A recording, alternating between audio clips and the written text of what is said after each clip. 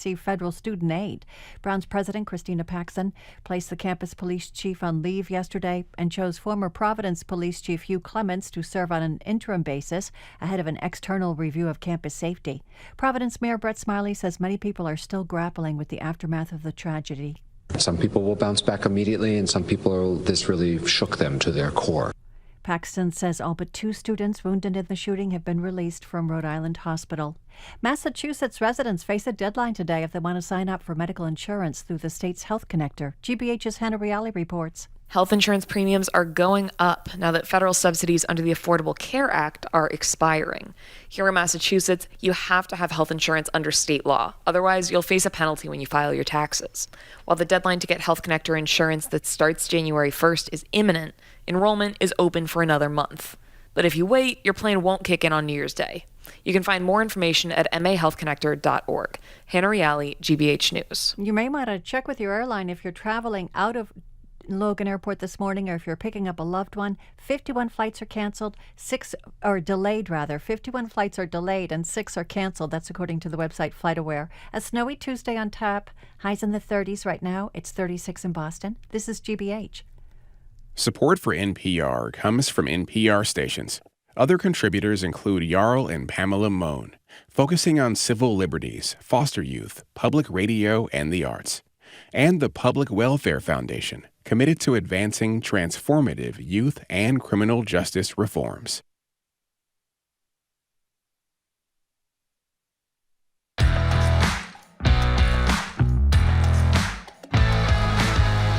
Eastern Browdy, I am Marjorie Egan. You're listening to BPR and GBH and NEPM. We are broadcasting live.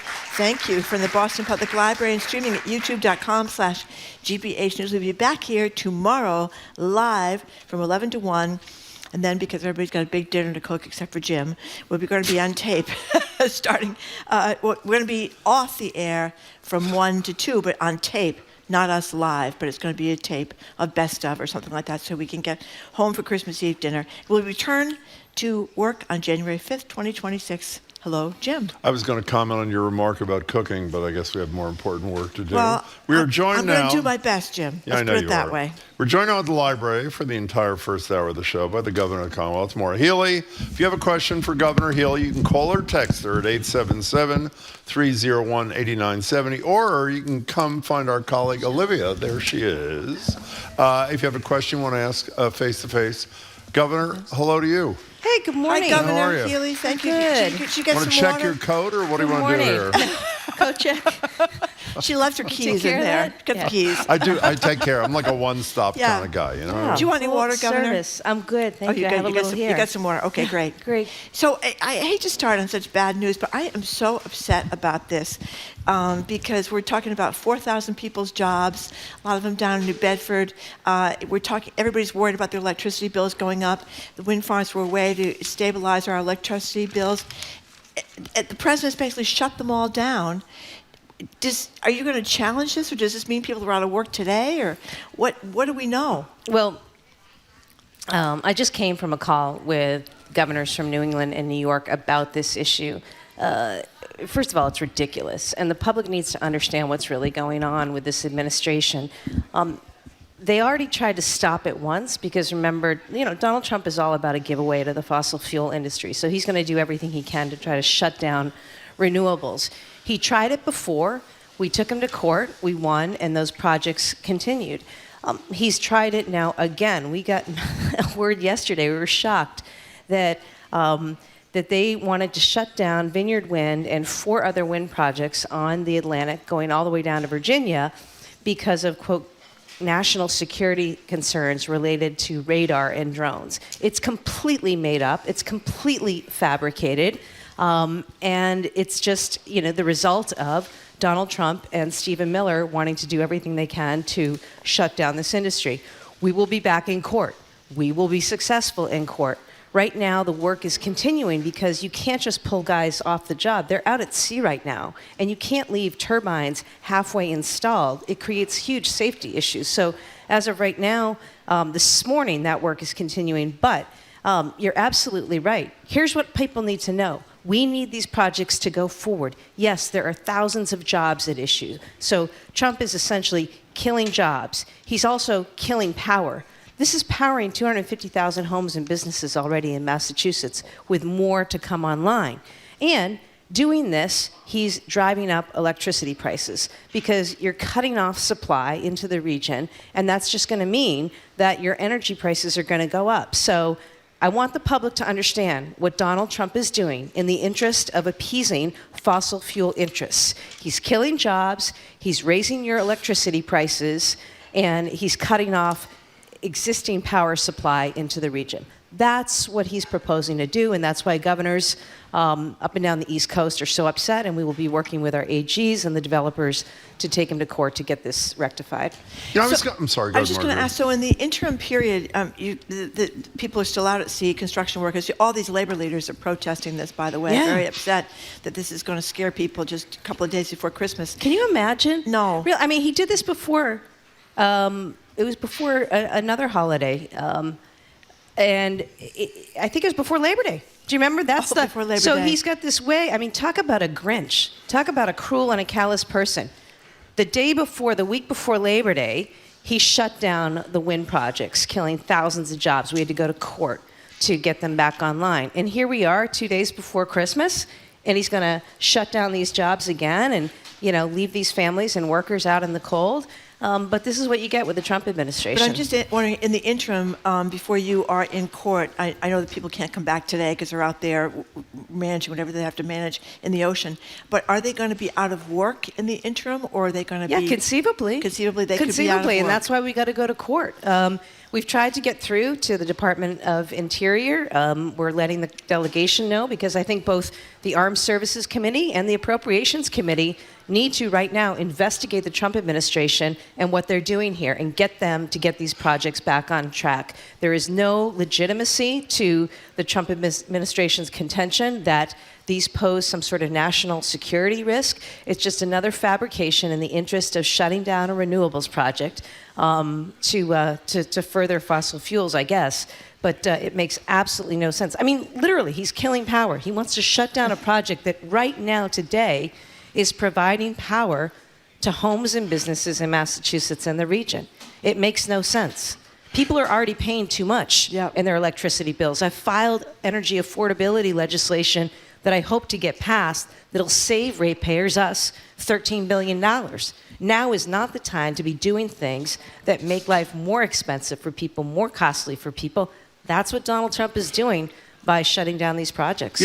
Briefly, if I wasn't... briefly, use the words cruel and callous, and I would add sadistic, misogynistic, racist. I know you probably won't say this publicly, but when you're talking to your staff, your coworkers, fellow governors, when I watch Donald Trump, we play sound from almost every day. This is a man who has some real cognitive problems. I would argue has some serious mental health problems. And to me, the worry is not just his grotesque behavior, but he does have his finger on the nuclear button. We know what's happening in the Caribbean and in the Pacific. Do you worry about the mental health of this guy and what he has potential to do in that state? Yeah, I mean, look, Donald Trump is... I think he's got all the issues that you just laid out, Jim. But what is more concerning to me, or as concerning to me, is that there are people around him who are complicit, who are enabling, who are allowing this to go forward. And, there are people who could stop him from doing things that are really dangerous, really cruel, and frankly, make America less secure in the world. That is also my concern. But, I think all of what you say is true. I mean, you put your kid in front of a TV to watch him, that is not an American president. American presidents don't act and talk that way. But, we've got to focus on what we can do in getting more people to speak up for what is right and what should happen in this country. and to take action to stop these things from happening. You know, Marjorie told me I couldn't be negative for 3 hours, so I'm going to try to be positive about one thing before we start taking calls. One of the most memorable moments we've had at the library here in the years we've been here was in March of last year when a guy by the name of David Scott was in the audience. And David took to the mic to talk to you and asked you if you'd issue an executive order to allow him to access records about his late brother, John. John died as a teenager at the Fernald School in Waltham. Here's what David had to say to you and your response in March of last year. Every time I try to gain access through his records, through Galvin's office, through anybody, they slam the door in my face. They tell me no. Those records were left in that school when they closed for all the vandals to get a hold about. The vandals know more about my brother than I do. It doesn't make sense to me that we wouldn't make that available. Let's do this. Let's sit down and talk together offline with my team, David, and see what we can do. And you saw what you can do. What happened, Governor? I signed a law making those records available to families like David's and others, and I was proud to do that. I stood with them in my office a week ago for that, and I hope it can provide some measure of comfort to David and the families who've just wanted answers and connection with their loved ones. So I was really appreciative that I was able to come on the show, Jim, and hear live from somebody who was asking for help and then able to do something about it. It was amazing. I mean, I hope he feels proud, and I'm sure He his should brother feel would be proud. proud of him. And, this is what people got to understand. For those out there, wondering if your voice matters, your voice does matter. And, I know it's hard in a time when there's a lot coming at everyone, but, your voice matters. And I just encourage people to continue to ask for things, speak up, just like David did. Now, before we go to the calls or the text, do you remember him at all over there? Look to the right. And does he look familiar? Oh, that guy. How are you? Do you mind if we take 60 Yeah, seconds? Come here a on second. I don't remember Look his at him. name, but I know he was an elected official in Massachusetts. He's and it just happened. Do we have another set of mic He's thing wearing here? He's a laborer, my favorite laborer. is. Yeah, he's traveling He's incognito like a hockey. today. Put on a headset or something, if Here. you will, a hockey person. This is the head of the union for the National Hockey League Players Association. That would be Marty Walsh. Hello. We can say hello to Merry Marty Christmas, Walsh. Marty Walsh. What are you doing here? God, Marjorie, I missed you. I haven't missed him at all. I miss you too, Mr. Why Mayor. are you here? Why are you here? I was walking by him, going shopping down the street. Oh, that's good. And I peeked through the window. I saw my governor here. Yeah. And I said, I better go in and say hi to my governor before the holidays. You were Christmas. thinking of running if she didn't No, I know, wasn't. weren't you? Oh, yes, no, you were. No, I wasn't. Oh, yes, you were. Maura, the governor can tell you, we talked long before. We did. You did? And I said, absolutely, I was the labor secretary for President Biden, and I said, Attorney General, if you're in, I'm with you 1,000%. How do you think Trump's doing, since you were very close to it? How do you think Trump's doing? Good? Well, the Department of Labor is a very different place is. right now. It's unfortunate. I was just talking, there's minor league hockey that's about to go on strike. And, they use the NLRB is something that is able to use for when workers go on strike for protections. And, there's no protections for workers today, and it's really unfortunate. I heard the governor talk about, I follow from afar to some degree. I spent a lot of time in Canada. Obviously, I spend a lot of time traveling around the world as well. And, it's a shame where under the Biden administration, we're able to kind of reestablish our relationships around the world. And it seems like those relationships are again, decimated. Do you talk to President Biden? I know you're personally quite close. Yeah, I saw him last Monday. And He looks great. What's his reaction to what's going on? I mean, certainly he's concerned about what's happening, with the direction we're going. What's he really say? He has a foul mouth, I'm tell told. you. What, okay. No, he doesn't. He doesn't have foul mouth. President Biden Actually does. No, I've heard he does, yes. Mayor Marty Walsh, I just have a question. Not to play into stereotypes of the typical guy, typical Irish guy, Irish Catholic guy. Are you? But I'm going to. Are you starting your shopping today? I'm used to this. Are you starting your shopping today, or are you just doing a few last-minute odds and ends? Listen, I like to work on deadlines. So I am starting and finishing today. So by the time I come back here to pick up my car, I'll be done. You'll be done. Okay, I That love also it. I love applies it. to Irish Catholic women as well. That's right. I figure if it takes a minute, if you leave a minute, then it's only You know, going to take a minute guys, to that's do how it it, is. right? Mayor Walsh, thanks so much. Thank It's you, good to guys. see you. Merry Great Christmas. to see you. We love Secretary Walsh, Mayor Walsh. The best governor in the Commonwealth of Massachusetts, all right? I got my airtime Continue here. to do, all right? Thank you, Mayor Merry Walsh. Good to Christmas see to you you. and Lori, Great okay? to see you, Mayor Walsh. Thank you so much for coming by. Chris in Boston, you are first. I didn't recognize. Honest to With God, a hat. he's got a traveling incognito. For those listening, he's got a hat on. It's a laborer's hat and a jacket. Honestly. Well, can I And tell a hockey shirt, like every other guy in Boston walking around. That's right. No, but can I tell you who it something? was. When you leave public service and you start making big money, you look different. Trust me, I know a lot of people. I mean, he looks so I know, it's rested. He's incredible. great. Yeah. Chris in God. Boston, you were first with the Governor of the Commonwealth, Maura Healey. Welcome to the show, Chris. Hi.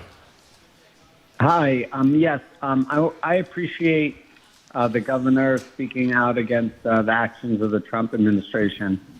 But I also really call on you to use the power that you have within the state to help address these cuts that are coming from the federal government.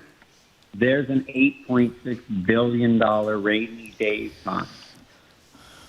By calling you to tap that, is this not a rainy day? Are we now in that time? Got it, Chris. And I speak as a person with I have a disability. I rely on Mass Health. My caregivers rely on Mass Health and support. And rather than cut the budget radically, there are ways you can tap that fund. That's what it's We understand. there for. Chris, thank you for your question and call. We appreciate it. Governor? Yeah, thanks for your call, Chris. I mean, here's what's happened. Donald Trump and Republicans in Congress took $11 trillion out of health care this summer. That was what one big, beautiful bill did. $11 billion. So that obviously affects state budgets. I will say I am focused as we move into this budget season on making sure that we do what we need to do to protect the most vulnerable among us. That's why you saw me stand up when he took away SNAP, when he took away heating assistance for seniors, when he took away Head Start funding. The Massachusetts state government was there to support, and I'm going to make sure that we do that again. We've got to do a couple things, though, at the same time. One, we need to do everything we can to address issues of cost here in Massachusetts. It's why I'm building more housing to lower costs. It's why I'm focused on lowering energy costs, focused on lowering healthcare costs. I think I'm the first governor to cap deductibles and co-pays. We've got work to do on making Massachusetts more affordable. We're such a great state. I just want people to be able to afford to live here. We also have to play defense against the damage that Donald Trump is doing. And that's what Chris is speaking to, is some of the damage, especially around healthcare. Well, let's talk about briefly. Chris, thanks for the call. Damage around healthcare. The head of the connector in Massachusetts said a week or so ago, before the deadline to register with the connector, which is today, I think, that somewhere in the neighborhood of 10,000 people had dropped coverage. He wasn't sure how it would end up. How are we ending up, and what are you doing to help the 10,000+ people who can't afford health care because the Obamacare premiums are going to spike? Yeah. First off, shout out to Audrey Gasteiner, the director of the Health Connector. She's doing a terrific job.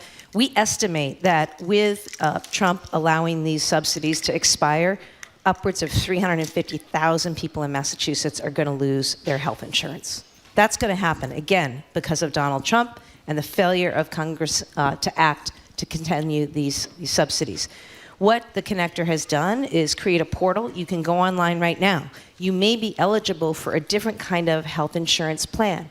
We also have navigators standing by to help you to see if you can plug into that. But, you know, Jim, 10,000 people already have opted not to continue with their health insurance because who can afford a premium of $20,000, $25,000 a year? I mean, we've seen premiums expected to increase 2 or 3 times. Now, the good news, and I hope to be out with more word on this soon, we're working to see how we can come up with ways to cover people.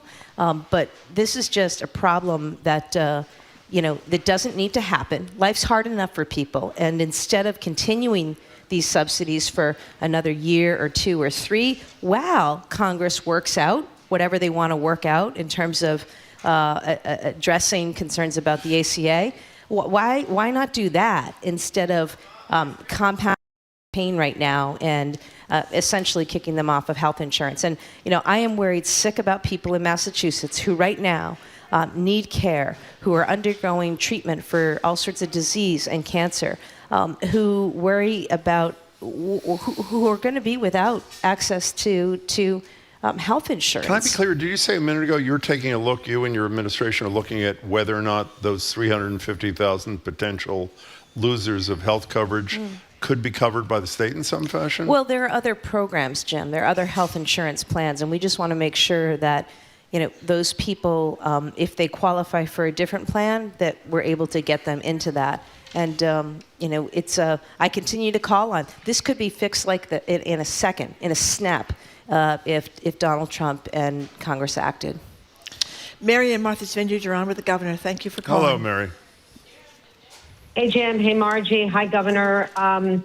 Governor, we've loved having you here. You've come so often, but what many of us are really concerned about is the incredible surge in tick-borne disease and allergies.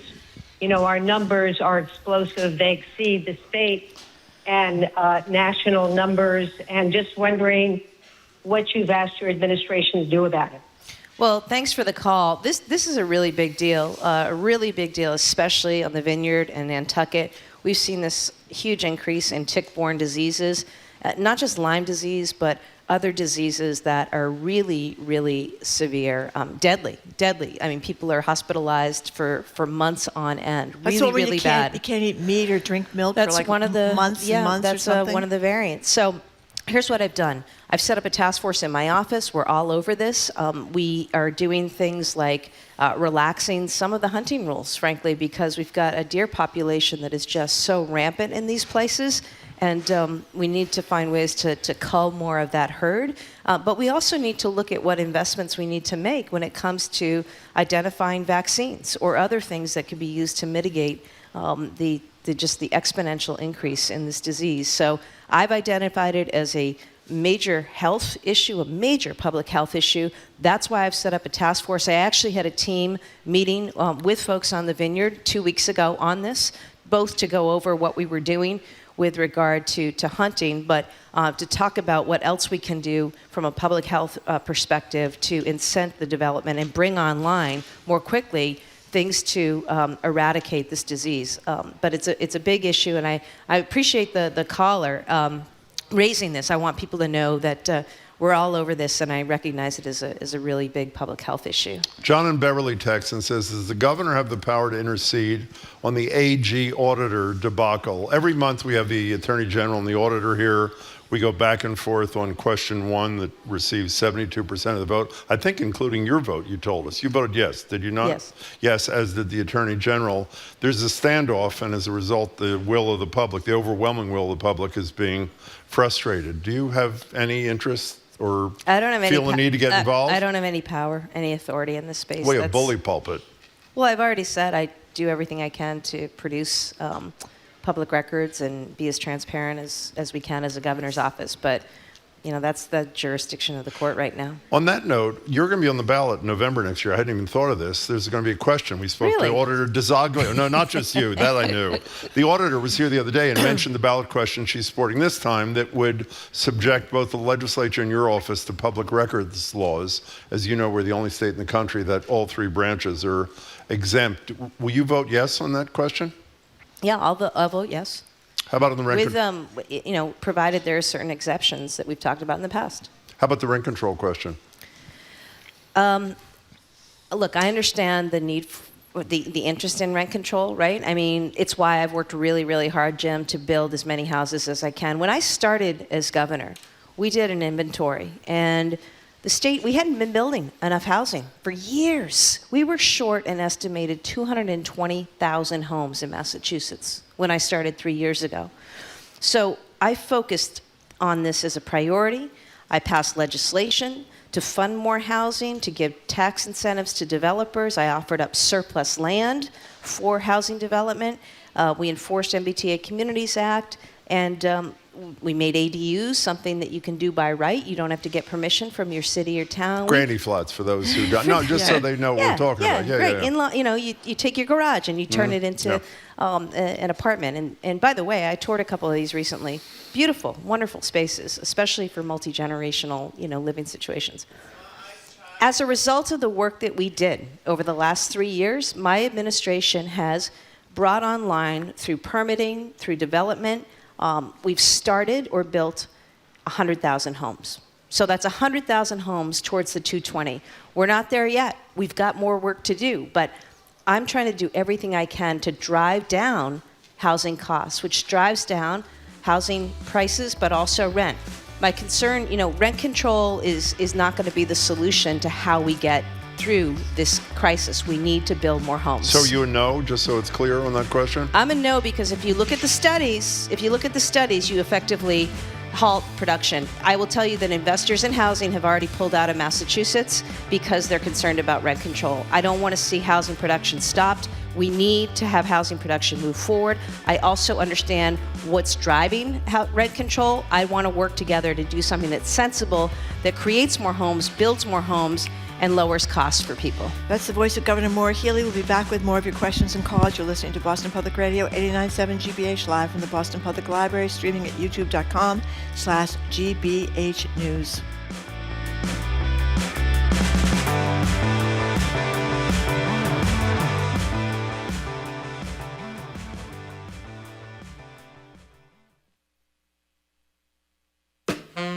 I'm Jared Bowen. Coming up on The Culture Show, Ron Chernow, the Pulitzer Prize-winning biographer whose book on Alexander Hamilton inspired the Broadway musical sensation. Now in his latest biography, Chernow reveals the full, fascinating, and complex life of the writer long celebrated as the father of American literature, Mark Twain. That and more on The Culture Show today at 2 on 89.7 GBH.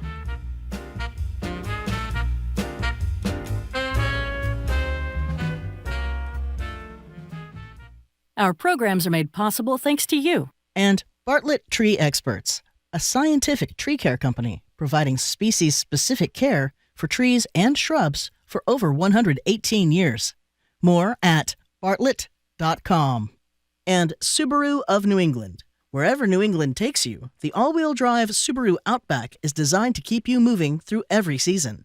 Subaru retailer locations at subaruofnewengland.com. And the Office of the Massachusetts State Treasurer. The Unclaimed Property Division is holding unclaimed funds. New properties are added often. To see if you have unclaimed money, you can visit findmassmoney.gov. And the Boston Globe Foundation. This holiday season, Globe Santa will bring books and toys to children in need, because joy is a gift that every child deserves. Learn more at globesanta.org.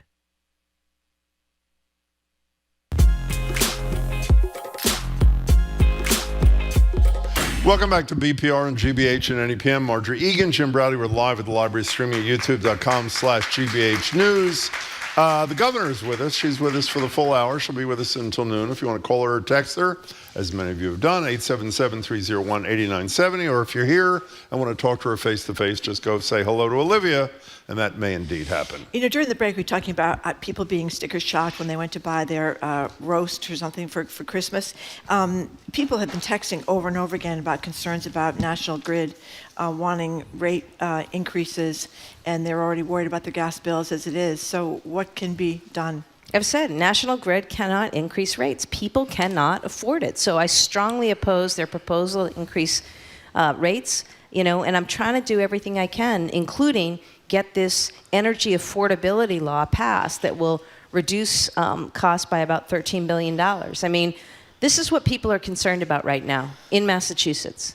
The cost of food and groceries, the cost of housing, the cost of health care, and what they're paying on their electricity bills in particular, but heating bills, more generally. And that's why, my administration is working every day on ways we can drive down costs in every single area. But that rate proposal, people can't afford it. Can't happen. And it's also why, it goes back to where we started the show. I'm all of the above. We need to have as many different energy sources coming into the region as possible. More energy is going to reduce costs. And, that's why it is just so wrong for Donald Trump to try to kill wind that's, already supplying energy to homes and businesses across Massachusetts. The good news is, the end of this month, we're going to have hydro coming in from Quebec. That's a new energy source. We're looking on deploying more solar and the like. We're just trying to work with other states and regions. Marty mentioned Canada. I've met with them several times to figure out, if there's some things we can do regionally to get more energy supply into the area and lower costs. Ehab, you're in Revere, and you're on with Governor Healey. Welcome to the show. Hi. Thank you so much. I really appreciate you, Jim and Marjorie. Thank you. Hi, Governor Healey. Hi, Ehab. I am an organizer and a driver with Uber and Lyft. Thank you for your lawsuit against Uber and Lyft in 2020, and which is Attorney General Andrea Campbell Mercy settled with them last year. My question under your leadership, we have a problem with drivers by the Department of Public Utilities. What they do, they delay or ban the driver certificate every 6 months. So Uber, sometimes they delay sending the application to renew drivers. I have been helping drivers the last 4 years to help them with deactivation and to speed up their certificate to continue working and feeding their families. Yesterday, I went with 3 drivers to an attorney in Quincy area just to see their cases, to check with the DBU why they're delaying their certificate, even they work for Uber like 10 years, 6 years. So I was part of the rideshare driver justice bill. It didn't Hey, pass through the Ehab, legislature. you got to focus on a question if you don't mind. What's the question for the governor, please? The question under her leadership, what can she do for drivers being delayed or pending or denied in DBU, and they have been working for several years? So what can she help these drivers to have this job and feed their families? That's my question. Yeah. We got it. Thank you Thanks, so much. Ehab. Thanks for the call. And look, I have for a long time fought for the rights and protections of Uber drivers. It's why, as Attorney General, I brought the lawsuit against Uber for their practices, not paying people enough, and just not acting as an employer should in this state. And we were successful. That matter was resolved. Ehab, I'll go back and talk to the Department of Public Utilities and see where they are with the issue that you raised. But I continue to stand with Uber drivers for a livable wage. I'll tell you something too. Back when SNAP benefits were cut off and we were scrambling, and God bless all the food pantries and food banks and the people of Massachusetts. I was so proud of the people of Massachusetts who answered the call and stepped forward to make sure that people were fed in the state. We took a look at employers who have employees on SNAP. You know who's right at the top or near the top? Uber. So start paying people more, right? Same to Walmart, same to Amazon. I'm talking about people right here in Massachusetts. So, Governor Healey, the Mass Convention Center Authority, about a year or so ago, there was a study done. One of the conclusions was that diversity is a real serious problem there. In October of last year, the first black executive director was hired. He says in the year and a month or two that he's been there that 25% of the senior staff is now black. And a week or so ago, he was forced out with a $500,000 payment agreement between the parties. One, what's your reaction to this? And two, you control, or you've appointed the majority of the board. What's your plan going forward? Well, the convention center is really important, and it's got to be run really, really well, and it's got to be working really well, especially as we look ahead at this year. We've got FIFA, tall ships, the celebration of the 250th anniversary of this country. The convention center is not just the Seaport and the Hines, it's also Springfield. So to me, it's very important that we have excellent leadership and that place is running well. When I started as governor, I was actually the one that hired that law firm to do that study. And I also appointed Gloria Larson, you may remember, former president of Bentley and a former secretary of economic development, to serve in an interim capacity. I think she did an excellent job. She implemented nearly all of the recommendations that came out of that report from Prince Lobel. And then the search committee process, through the board, appointed a new leader. Things did not work out there, as I understand it, and they reached an agreement for that individual to leave. I can tell you what I have expressed, what my administration has expressed to the board, that we've got to have great leadership in there, that it needs to happen now, and whatever needs to be done to ensure that we have a well-functioning convention center is very, very important to the state. Based on what you know, did Marcel Vernon have to go? Was that the right decision? I'm not going to comment on an employee matter. how about going forward? I mean, the diversity issue, there are rumors that Michael Flaherty, former city councilor, South Boston guy, wants to be the interim director, and obviously there's a history of it being a South Boston controlled kind of thing. How important is it that diversity be a major consideration for his successor? I haven't heard that. Again, this was an employment situation that was resolved by mutual agreement, as I understand it, with the board. In terms of who might be interested, I'll tell you what my interest is making sure that we have the most competent, qualified person in charge and team there. It's what the Commonwealth deserves. This is a really important economic engine and driver, and that's that's what I believe should be the focus of the next appointment. Can I just ask you one question about how the government, where I never know what kind of sort of the rules of the game for a leader. As I say, the majority of the board is appointed by you.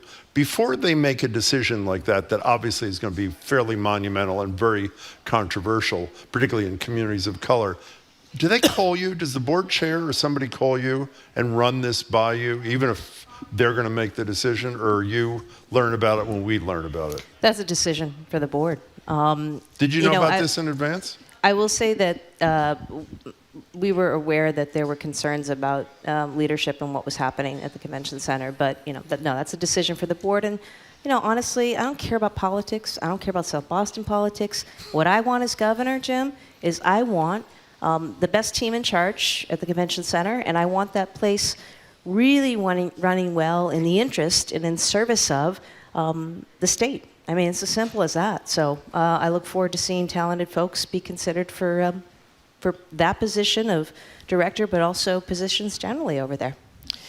We have a text from Neil in Gilbertville. Governor, I live in a health desert in Central Mass. We need some financial help to bring urgent care, clinics, and remote pharmacy services to our community. How can we best work to this, given the bad financial state of UMass and Bay State?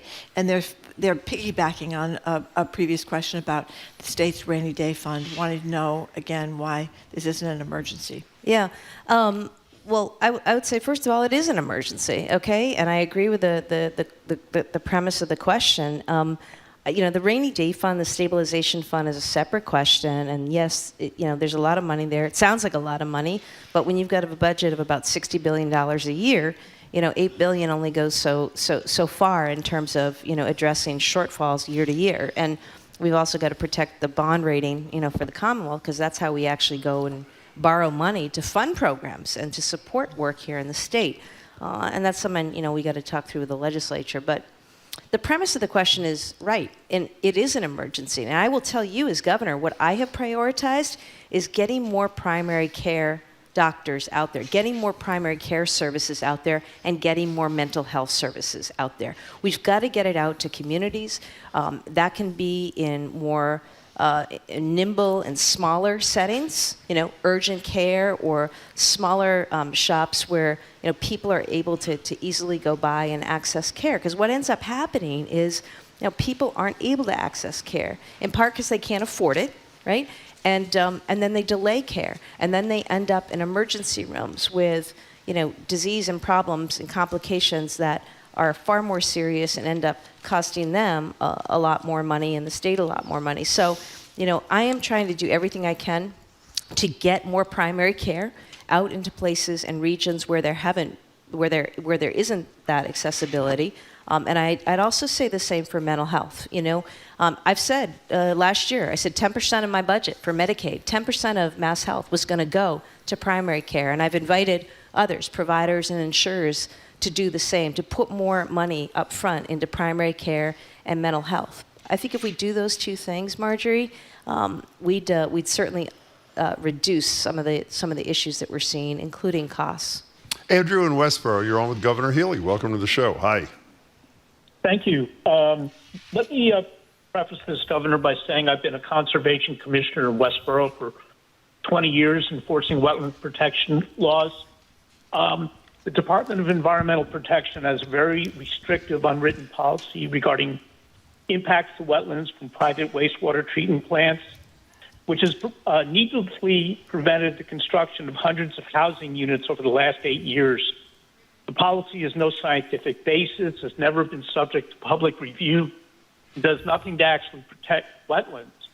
The DEP continues to enforce this policy despite specific recommendations to change it in the Unlocking Housing Production Commission's Home for Everyone report. I don't know if you're aware of this policy, but regardless, is there anything you would be able to do to get DEP to change it? Thank you. No, thanks, Andrew. And I appreciate your work on the Conservation Commission. I, too, am an environmentalist, so I appreciate all you're doing there. You're probably familiar, Andrew, with some of the work that we've done already with environmental regulation. I brought together earlier this year folks from real estate, developers, and also conservation and environmental groups to say, hey, we've got a housing shortage. I need housing built as quickly as possible. Is there a way to streamline some of the permitting to reduce the time it takes to get through process, to build homes? And we were able to do something that no governor has done before. We took the time it takes for a state-level environmental review of housing projects from over a year down to 30 days. So it shows you where I'm trying to go. And Andrew, I appreciate you raising that particular issue. I'll take it back with the team. There's a way to do both protect the environment, which is important, and also build the kind of housing that we need to build as a state to drive down costs. We've talked a lot about your response, the state's response, the governor's office response to behaviors of Trump. In the healthcare world, on vaccines, we know what you've done on the COVID front and the Hep B thing. But there's certain things that it seems to me that it's problematic to just say we won't play the game. Trump is now saying that any facility that receives Medicare and Medicaid funds that performs talk about cruelty, by the way, to some of the most vulnerable people. Any facility that provides gender-affirming care to minors will lose their Medicare and Medicaid funding, which obviously would put the facility out of business. What do you do about that?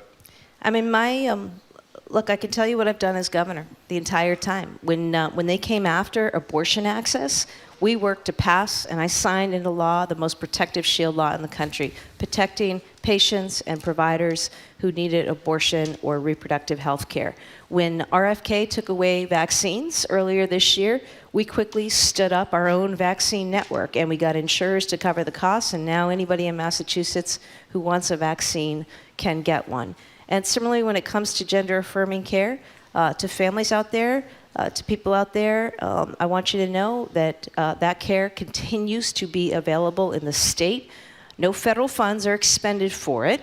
That care continues to be available and will be available here in Massachusetts. What I want for people in Massachusetts, Jim, I want people to have access to housing, to be able to go to school and afford it. I want them to have opportunity for career.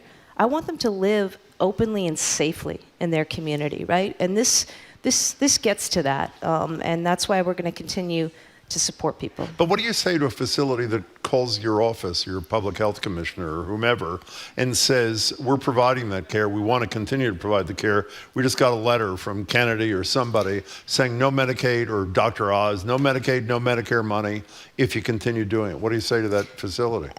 There are a lot of lawyers involved in this, and there's some litigation, and there are ways to do it where federal funds aren't involved.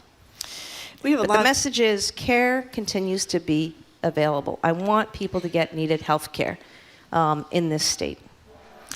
We have a lot of people that are texting about ICE, including Jackie from Rockport, who wants to know, can you stop ICE's deportation flights in and out of our state? Can you ban private ICE detention facilities, like I think she's referring to the prison in El Salvador. Is that the one? Yeah. Secor run for-profit facilities that are vessels for human trafficking. She wonders if the feds are really engaging in human trafficking with all the warrantless kidnappings and detainments. But in any case, what's happening with ICE? Yeah, just in the last 2 weeks, I met with a group of members of the Somali community. I met last week with folks who'd had their interviews for naturalization canceled, who'd done everything right, who'd lived in this country for years, who were working, who were raising families, who followed the process only to have the rug pulled out from them. It is heartbreaking what is happening with ICE and what the president is doing.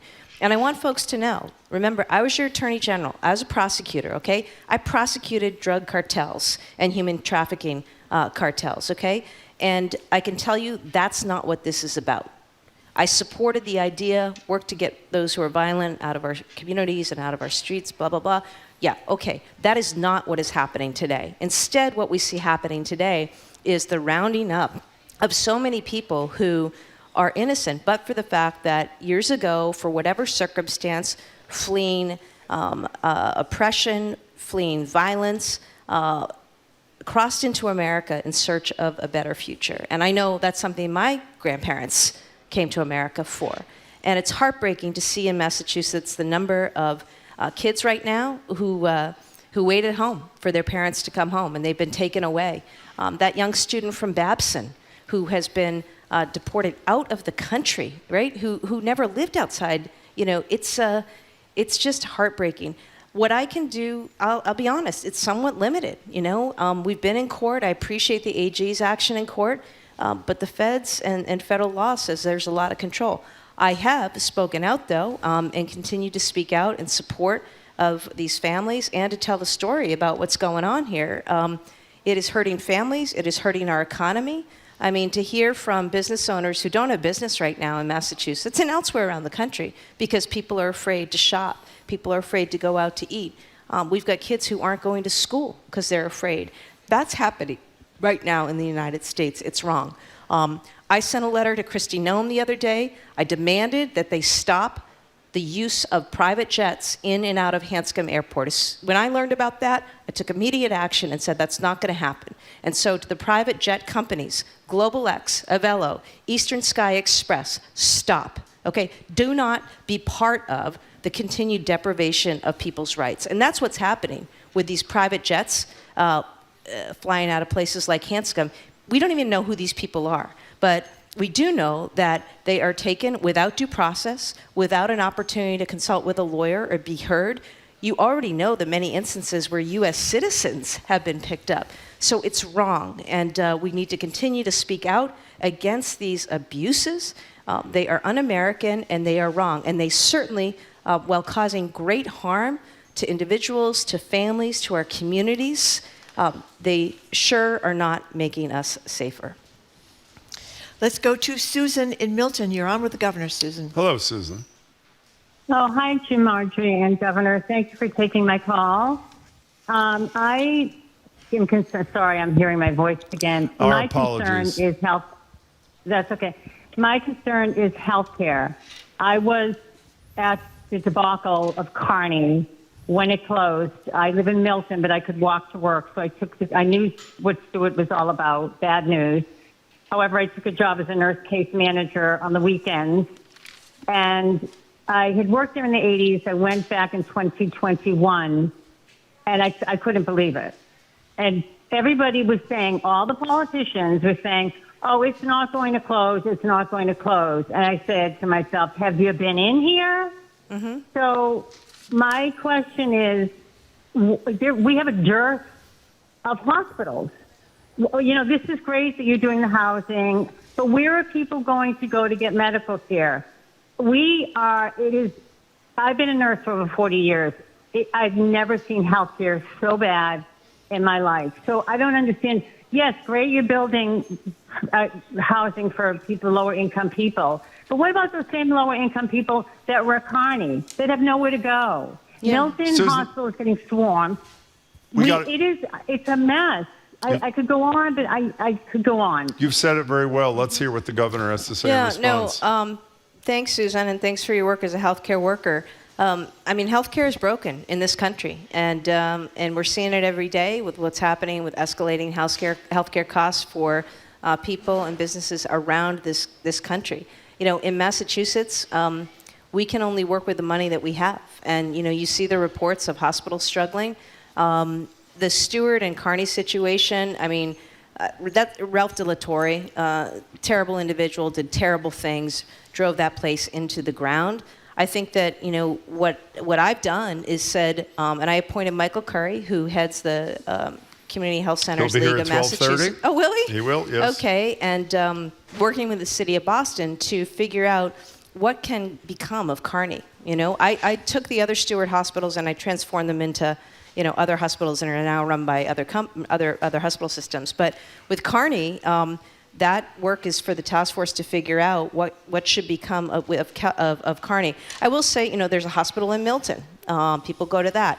They also go to the Boston hospitals. And, one of the things that I'm focused on is how do you keep people from going to Boston and getting care out in the community where it's cheaper and more cost effective. Can we go back to, you just mentioned, Stuart, and you have to explain something to me in your Attorney General hat.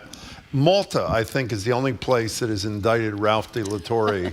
The Globe Spotlight series, which was brilliant, and Brian McGrory's columns, which were brilliant when he was he's back at the Globe. Now, make it clear that this guy was taking millions of dollars out of this company for personal use to help his wife and his own live the high life. At the same time that the Globe demonstrated that people died because there was a lack of funds in the hospital system. To me, that's a pretty close connection. You take money out that's not yours, there's not enough money to take care of the health care of people, and they die. Why is nobody else in this country, why is nobody in this country criminally prosecuted this guy? Ask the U.S. Department of Justice. I called for their prosecution a long time ago because remember, De La Torre had outfits across the United States. So, I don't know, but it's absolutely disgusting and shameful what he and his board did. Couldn't the state attorney general, could a state attorney general prosecute him? There are more limited tools, far more limited. And that's why, especially given that this was a multi-jurisdiction, you're talking about multinational too, it was appropriate for the U.S. Department of Justice to do, and they haven't done it. We only have a couple minutes left. You do anything fun over Christmas that you want to share with us? Oh, well, I just... little family time, and looks like we might get a little snow, which would be great. I'd love to have a white Christmas. So would I. Yeah. I want more snow. Yeah. But I hope that people have a good holiday. I also, it's a hard time of year. Life is hard. I think the holidays are hard for a lot of people, and for all those out there going through something, you may have someone who's sick, you may have somebody who's hospitalized. You may be experiencing your first holiday without a loved one who's passed away. So, I just want to acknowledge that. And if you know anybody in that situation, reach out. Give them a call, stop by, reach out. I also want to thank all the people who are working throughout the holiday. Our hospitals don't stop. Our first responders don't stop. Our utility workers don't stop. So thank you for the sacrifices that you all made. So one last fun question, since I have a minute left. Is the job, fun is maybe a poor choice of words.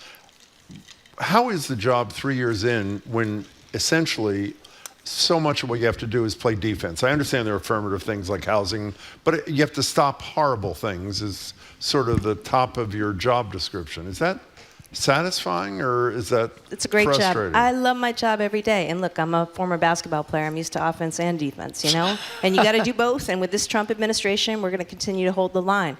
But I think we've been on offense, the work that we've done, building more homes, making community college free. I just announced a new framework for education in this state that's going to ensure that every child graduating from high school will be best positioned for a career, whether it's on to college or a career or the military. I think about the fact that schools here today are providing breakfast and lunch to children for free. I think about, a lot of things that we've done, a lot of accomplishments made. I think about a T that's running for the first time in years, right? And Phil Ang and I were out on Polar Express with kids last week. More work to do. But, we've opened up new commuter rail lines to the South Coast. A lot of good stuff is happening in Massachusetts. Companies are here. They're growing here, even though it's a challenging time. So, I am very much looking forward to 2026. We're going to continue to lean in on driving down people's costs, making life more affordable for people here, and continuing to be the state that we are. As we sit here today, 3 years in, Massachusetts, we've been ranked the best state for education, for innovation, for healthcare. We've been ranked the best state to live if you're a woman, if you have a baby, or to raise a family. A lot of great stuff for us as we move into the celebration of America's 250th, and not for nothing, we're where it all began. Happy Christmas to you. Merry and Christmas. Happy holidays to everybody. Thank you. Happy New Year. Thank you very much, Governor Maura Healey, for taking the time to be with us, and hope to see you a lot in 2026.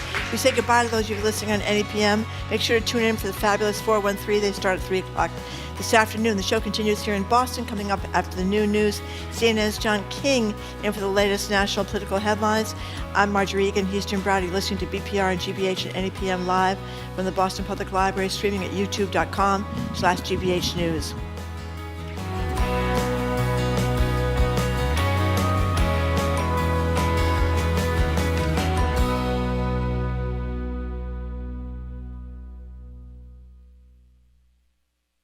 It's not over yet.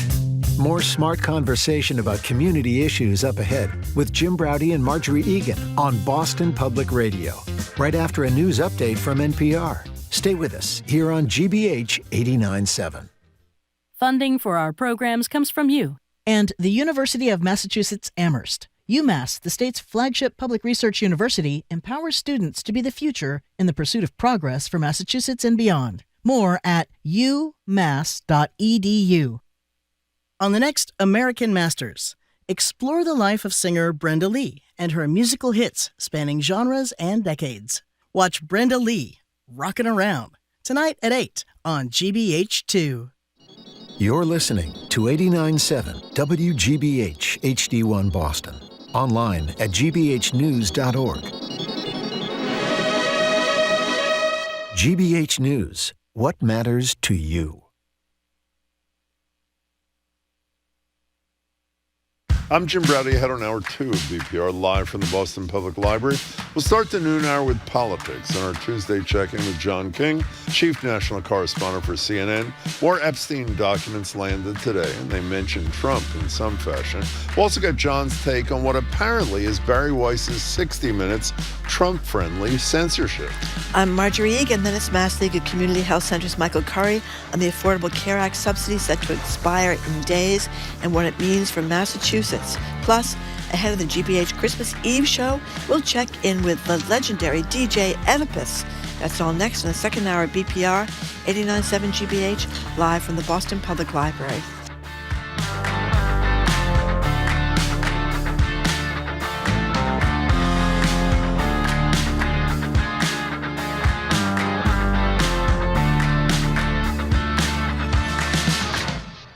From NPR News in New York City, I'm Duahlisa Kautal. U.S. military forces have destroyed another small boat allegedly smuggling drugs in the Pacific. NPR's Quill Lawrence reports U.S. Southern Command says one man aboard was killed. A video posted by the U.S. military shows a small boat under fire and then in flames.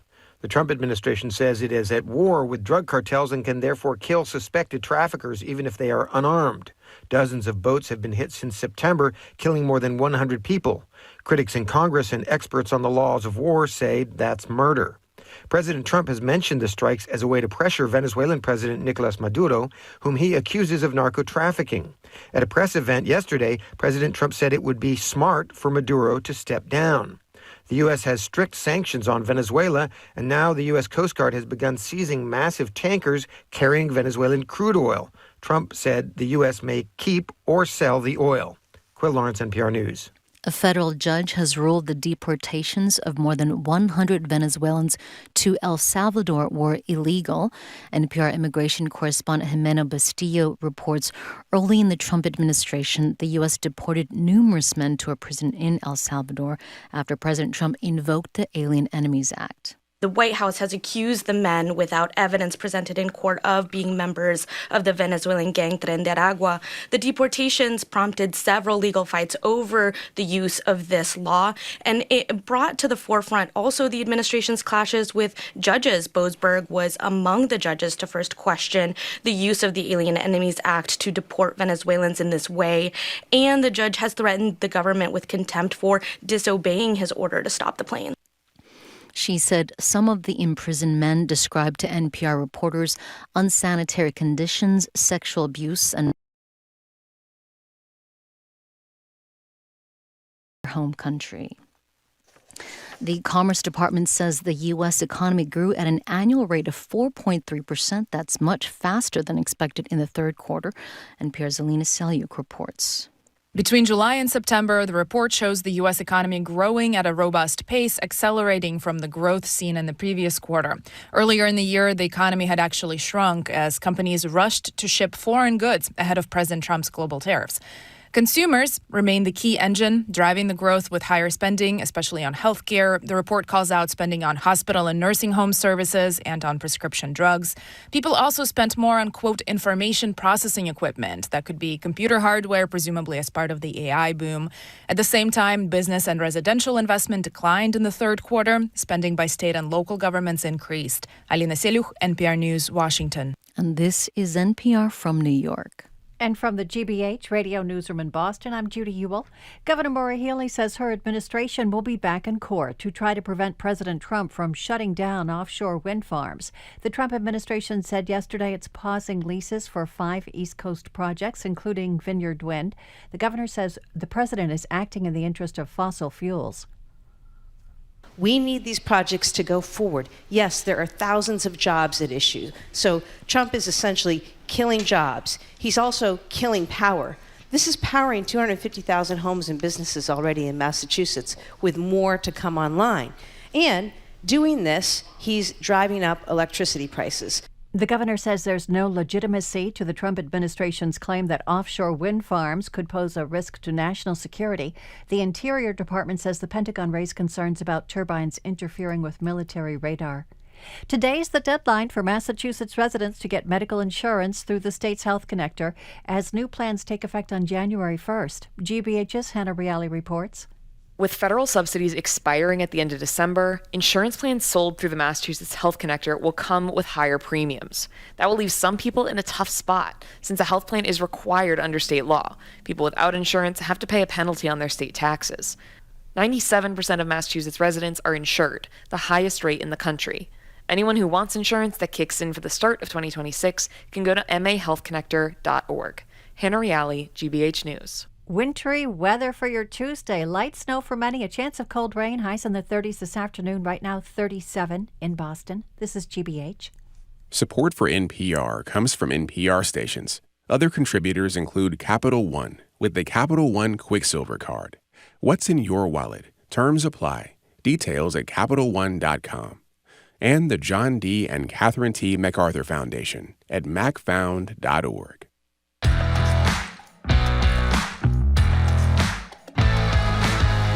Welcome to hour number 2 of Boston Public Radio. Jim Brady and Marjorie Egan. We are broadcasting live from the Boston Public Library. Thank you very much. And streaming at youtube.com/GBH News. We'll be back here tomorrow live from 11 to 1. Then we're on tape from 11 to 2 because... 1 to 2. From 1 to 2 because some of us have to go home and cook dinner.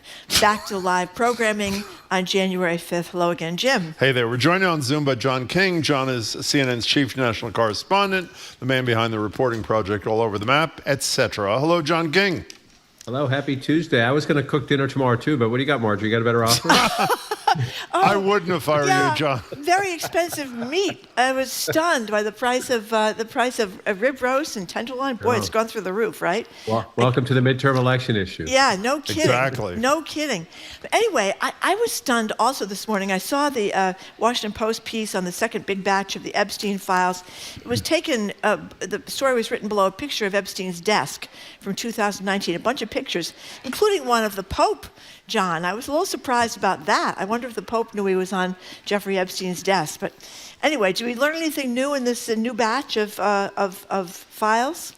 Well, there's a lot of references to the current president of the United States, Donald Trump. There are some notes written by Jeffrey Epstein that make allegations about, or at least insinuations about, the character of the current president of the United States. And I'm going to say up front, Jeffrey Epstein is not number one, he's gone. He's not here to face cross-examination because of his suicide. But number two, there are a lot of references that can be drawn here that people at home will make probably because of their political judgments and everything. We don't know. We need to go through them. But I do think there are a number of questions about. The big thing for me is, what do the survivors say a week or two from now after they get to read all this? What do the people who say, are there people out there who have not been held accountable, who we can actually document either with significant evidence of abuses or at least enough to follow up with actual investigations and say, government, where did you go wrong? And then politically, look, this was not handled well by the Trump administration. Now he's trying to say, again, that it's an effort by his critics to distract attention from his fantastic record as president. When you hear that, I would just remind everybody that in the 2024 campaign, Donald Trump, J.D. Vance, Kash Patel, Dan Bongino, Pam Bondi, I could go on and on and on, all said we're going to release it all as soon as we can. And then they got into power and they slowed the release of it and fought the release of it as long as they could. That's a political fact and reality. In terms of investigative clues, Marjorie, I think it's going to take a while for the people who understand this case, a lot better than I do, the details, to see if there's new evidence. There's no question the government dragged its feet. There's no question the government, in my view anyway, was way more lenient to Jeffrey Epstein than he deserved. I interviewed a survivor the other night. There's one document in here about a courageous young woman coming to the FBI in 1996 alleging child pornography, and one of the survivors I met the other night met Jeffrey Epstein 7 years later. 7 years later. So I think there's a lot of horrific things to be learned here in terms of investigative questions. I'm not qualified. The politics have been embarrassing for the president, and we'll see if it lasts or not.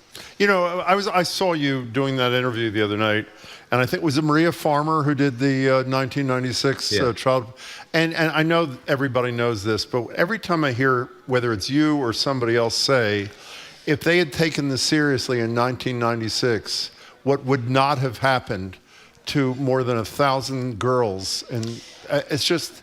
But don't remember, the FBI did the same thing with the gymnast in that terrible Larry Nassar, Larry exact same Nassar. thing. The FBI dragged his feet, didn't look into that Exact either. same thing. There's a pattern, I think, in the whole United States of law enforcement not taking these kind of crimes seriously. But, John, I have a question for you. One of the statements the Justice Department made when they released this latest batch, some of these documents contain untrue and sensationalist claims made against President Trump that it characterized as unfounded and false. How do they know that they are unfounded, false, and untrue? What happened? Did they explain how they got there? Because the President of the United States says that. Exactly.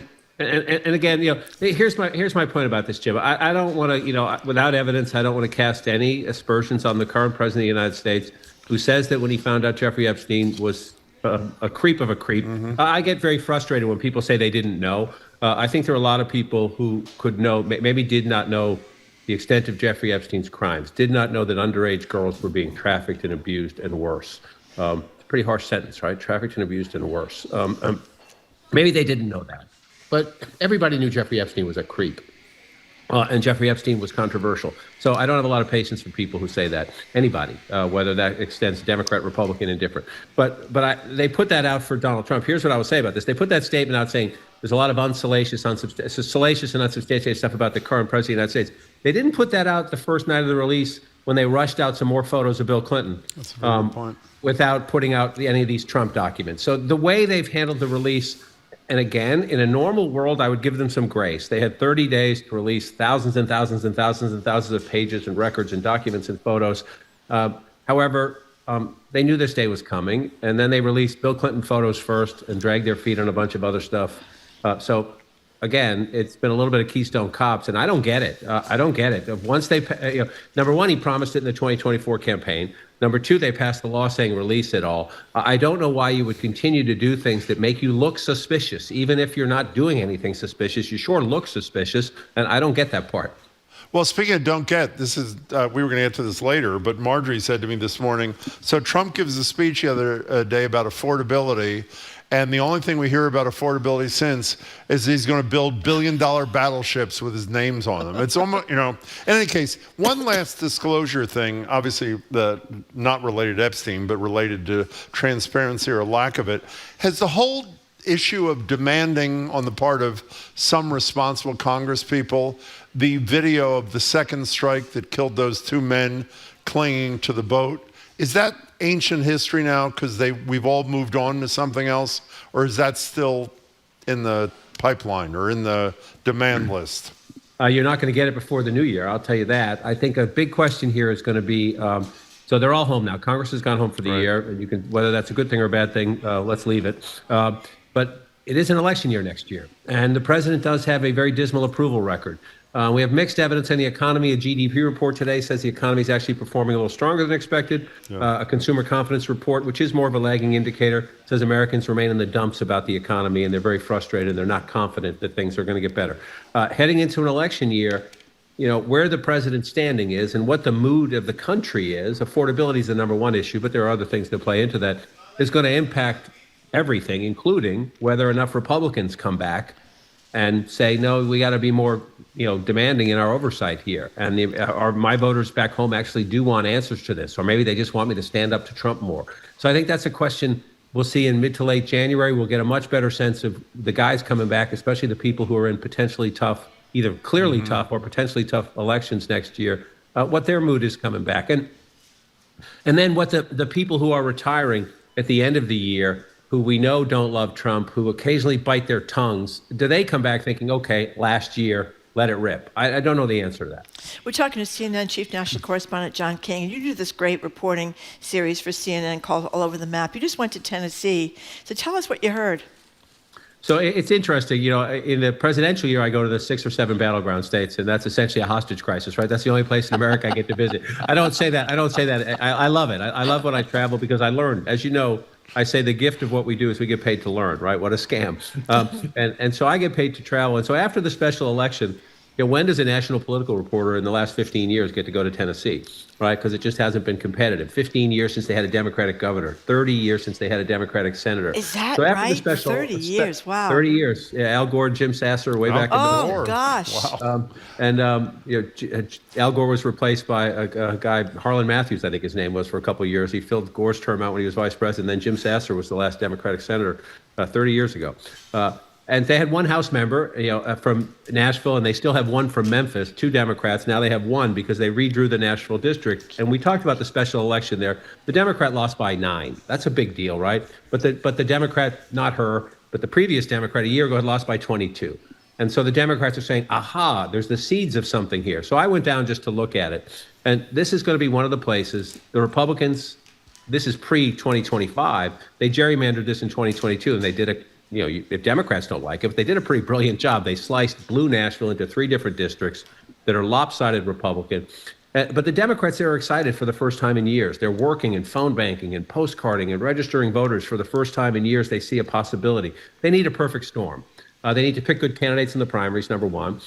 They need overwhelming Democratic turnout next year. And then they need something we saw throughout 2025 to continue into 2026.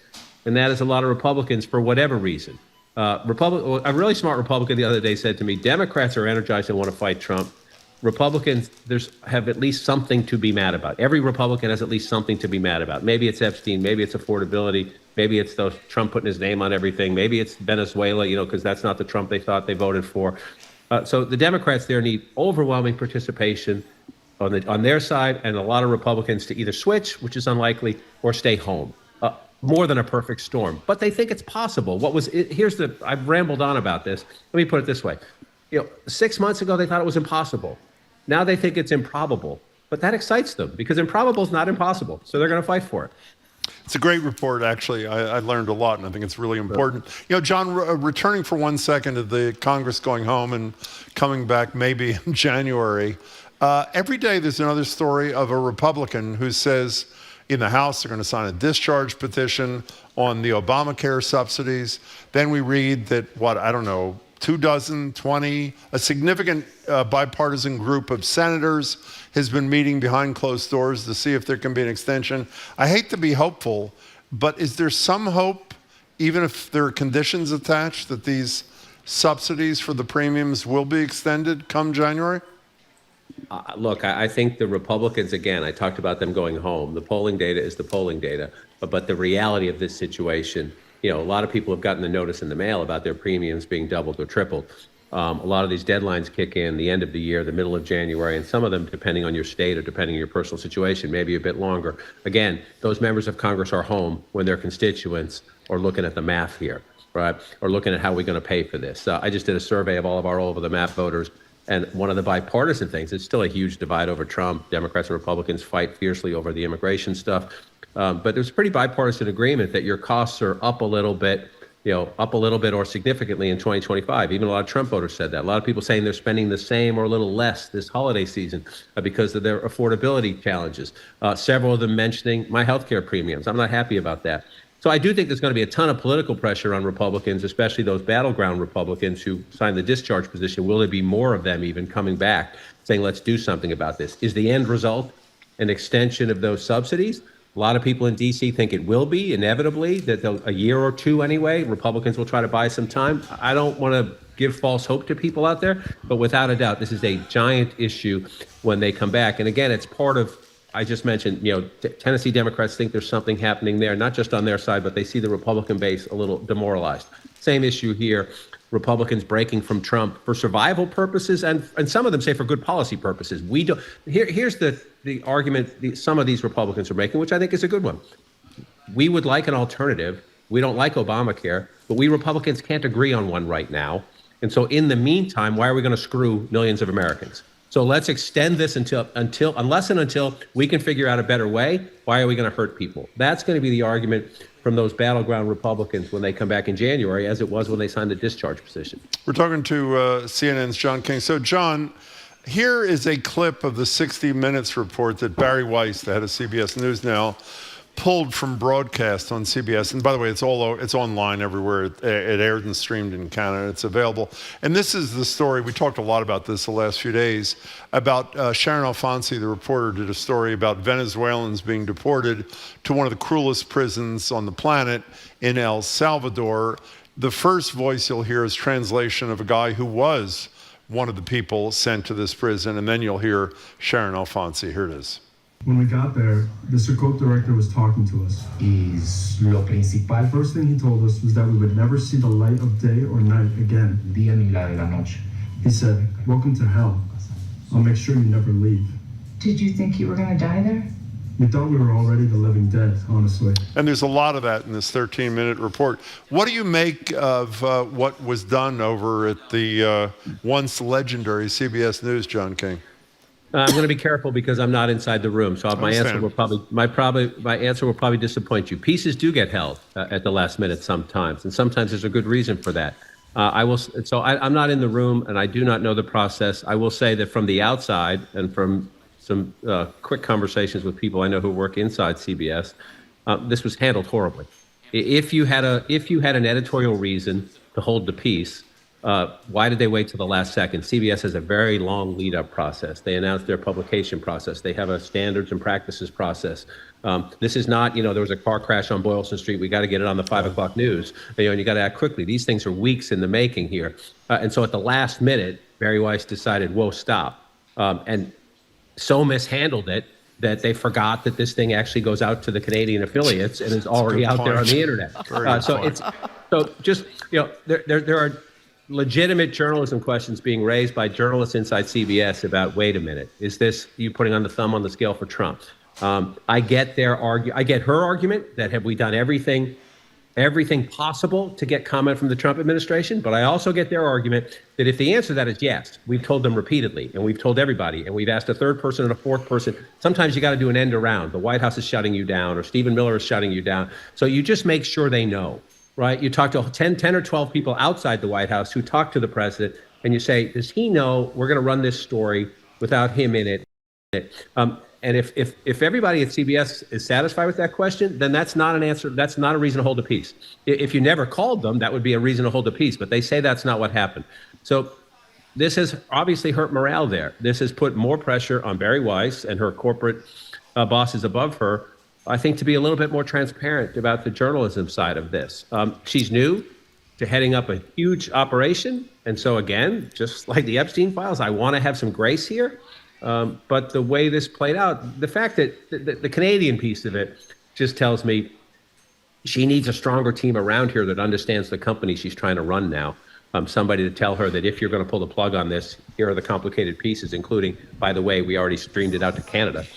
So there's a little Keystone Cops element to it, a management perspective on top of the legitimate journalism question. Can I just say two more things about this? Sharon Alfonsi, who is the reporter, we talked to you, John, last week or the week before about why journalists don't, in solidarity, walk out of the Oval Office when Trump disparages, particularly a woman reporter of color.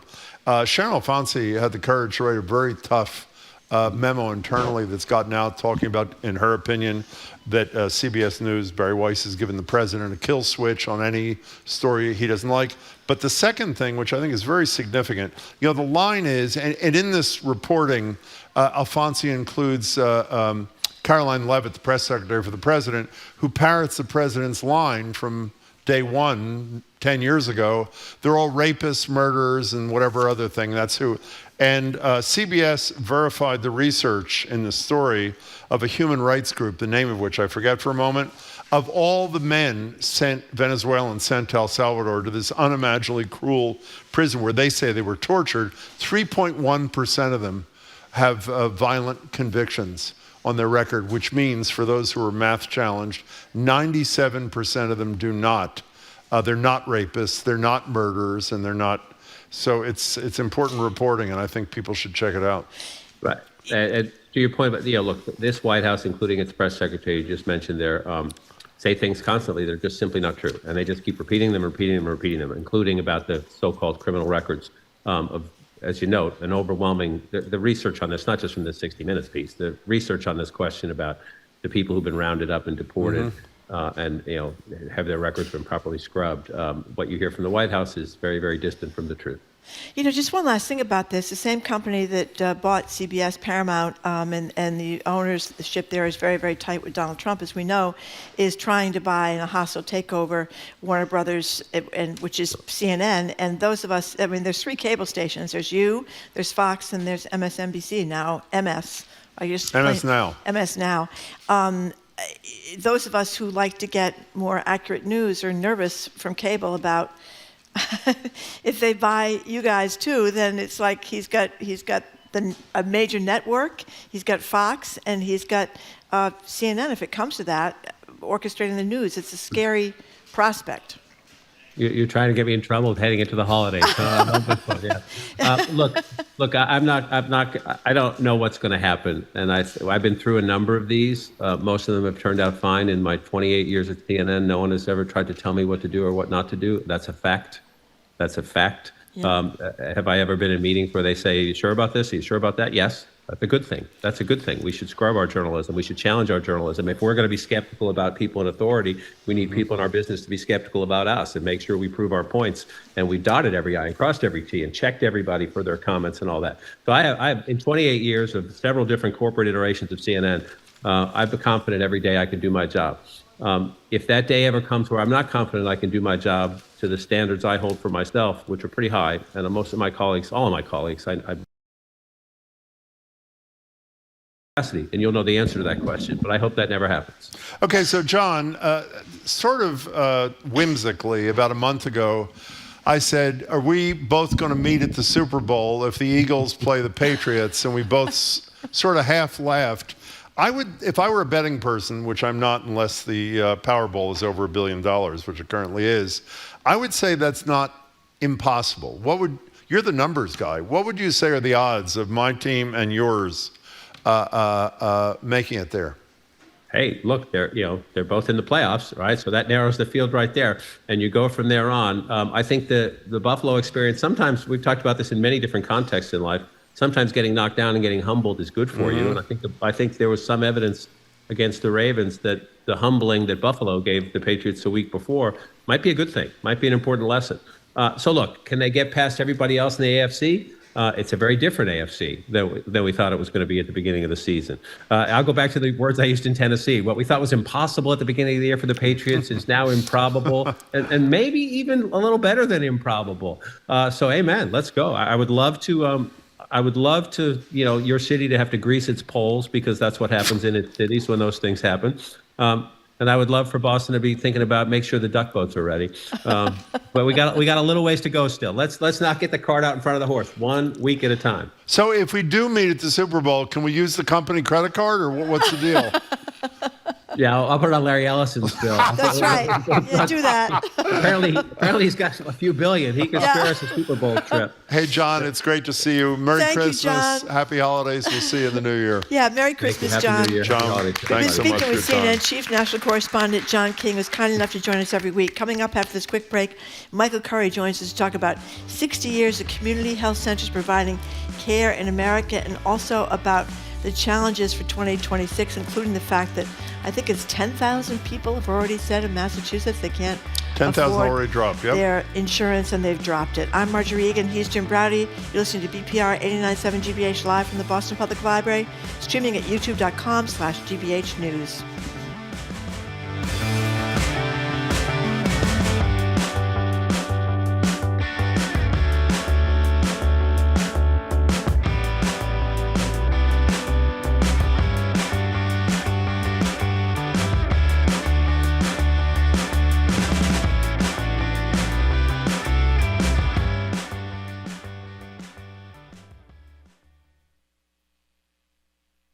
Programs are made possible thanks to you. And the Museum of Fine Arts Boston, presenting the luminous watercolors of Winslow Homer, together for the first time in a generation, of light and air. Winslow Homer in watercolor closes January 19th. More at mfa.org. And Standish Village in Dorchester's Lower Mills, providing assisted living residents with programs designed to help seniors stay sharp, social, and independent. Learn more at standishvillage.com/programs.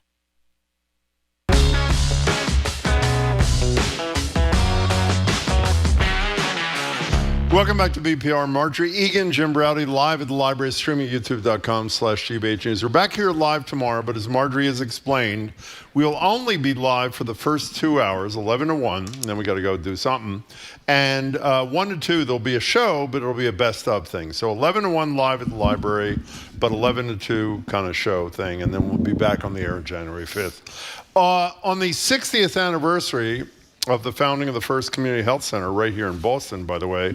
Joined on Zoom by Michael Curry, who's CEO of the Mass League of Community Health Centers and on the board of the National NAACP. Once again, Michael, happy 60th. It's good to see you. Thank you. Thank you. It's good to be back with you. Yeah, Michael, we were lucky enough to be there for the celebration. So just give people a little history of how the community health centers all began. Yeah, so there were activist physicians who were marching in Selma. They were medical providers for those activists who were being brutalized, beaten across the country. And they had really organized what they call the Medical Committee for Human Rights, formerly the Medical Committee for Civil Rights. So as we were looking to integrate schools and desegregate lunch counters, they were trying to make sure that they expanded access to health care, particularly in the 1960s as hospitals, many hospitals in this country were segregated. So the architects of that movement, Jack Geiger, Count Gibson, Dr. Smith in Mississippi, Dr. Hatch, all came together and organized what we now know as community health centers. And that first health center opened 60 years ago in Columbia Point in Dorchester to the communities of Dorchester. So if you were black and brown or white, living in those neighborhoods, you came to Columbia Point Health Center to get your care. And it really gave birth to a movement that is now 1,500 health centers across the country and 15,000 practice sites. It's pretty remarkable. You know, and Michael, I should say the event was terrific. It was terrific.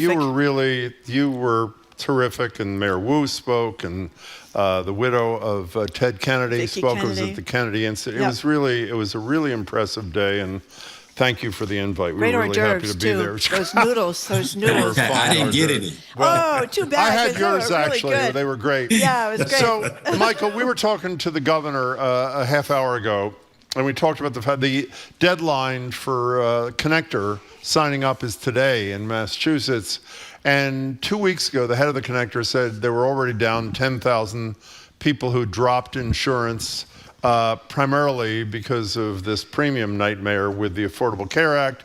The governor said as many as 350,000 people could end up being without insurance in Massachusetts as a result of that. But she went on to say that her people were putting together whatever resources they had to try to help those people see if there are other plans, other programs through which they could get health insurance. Is this real, or are these 1/3 people essentially screwed if Congress doesn't act? Yeah, I mean, we know just writ large in society that health insurance is unaffordable for many, right? That we can't assure. I mean, even of those of us who are covered by commercial plans know that our employers are struggling to keep up with the cost, and that our cost share is going up. So imagine for those who are vulnerable, who don't have the incomes, and these subsidies were able to keep them on a policy so that they could have access to dental, mental health, or overall medical care, that they no longer have that coverage. This is real. And what we'll see is you'll see people in the in the policy space, we call it churn, is when they move from commercial to maybe a publicly subsidized plan like Medicaid or some other state subsidized policy. And in this case, people will now no longer have access to coverage, and they'll be trying to find whatever option is available, or they will go without care, Jim, which I think is the more realistic approach that people will take. And that means that they'll show up sicker, they'll show up with conditions more advanced, they'll show up community health center doors, they'll show up at emergency rooms. This is a very real problem, and disappointing that Congress can't come together and renew these subsidies. Speaking of the unaffordability, can I just say one thing? CNN, just the headline is appearing, because the GDP data was actually gross domestic product data was good today. One indicator out of lots of horrible indicators. Just listen to what Trump had to say about that. Economists got it wrong, but Trump, referring to himself in the third person, and some other geniuses got it right. The success is due to good government and tariffs.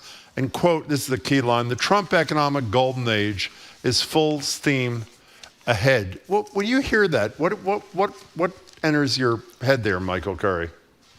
I mean, again, we know from Donald Trump's pattern is that he's going to describe it in the way that he sees it, not in the way that the data tells us, or not in the way that his own economists would identify it. He will make his own reality. And in this case, we know tariffs have and will continue to have a devastating effect on the price of goods. And that all you got to do is go down to your local grocery store. All you got to do is look at some of the things that you rely on to purchase, and you will see that the price is going up. So if this was the issue a year ago that really catapulted his campaign, I'm disappointed that he now has a different narrative now that he's president. Talking to Michael Curry. I think this is big news, assuming the legislature really does something about this primary care spending proposal. You hear people all the time talking about they can't find primary care doctors. Doctors retired, they can't find a new one. So if the legislature does something, spends more money on primary care, that could be a big deal, couldn't it? Yeah, it could be. I mean, if you think of the healthcare system, we spend money on other parts of the system. We spend it on specialty care, on pharmacy, on hospital services, and the part of the system that we spend the least on, under 7%, is on primary care. And we know, and you've heard me say this, and I'll repeat it 1,000 times: you pay now or pay greater later. As we can keep people healthy, we can get you preventive care, we can get you your vaccination, your screenings, your cancer screenings, your breast exam, all those things that we know save lives and keep people healthy.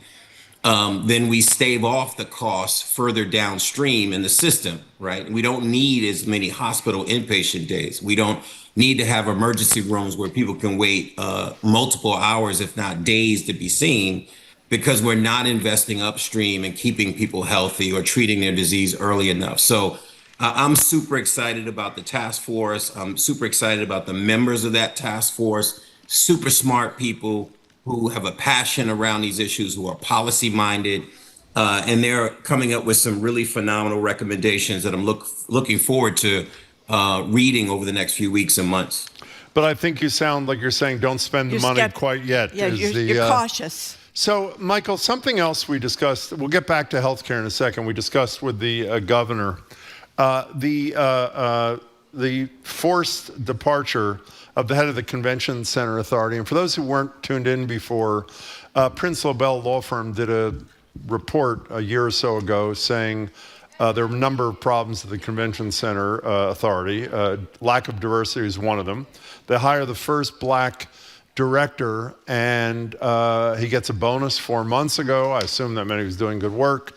Forced out, and he gets a $500,000 payout, but forced out even though he says that he had gone from 0 to 25% of the senior staff being people of color, I think specifically black members of the staff. And the reason I wanted to talk to you about it is I am 90% sure when Shirley Leung did a piece last year talking about the exodus of black executives, I asked you a question about whether or not when you get a phone call from a black leader from around the country who's been offered a CEO job in Boston and let's say one in Atlanta as well, what do you recommend to him or her? And I think, if I recall correctly, your recommendation was not very positive. Do I remember correctly?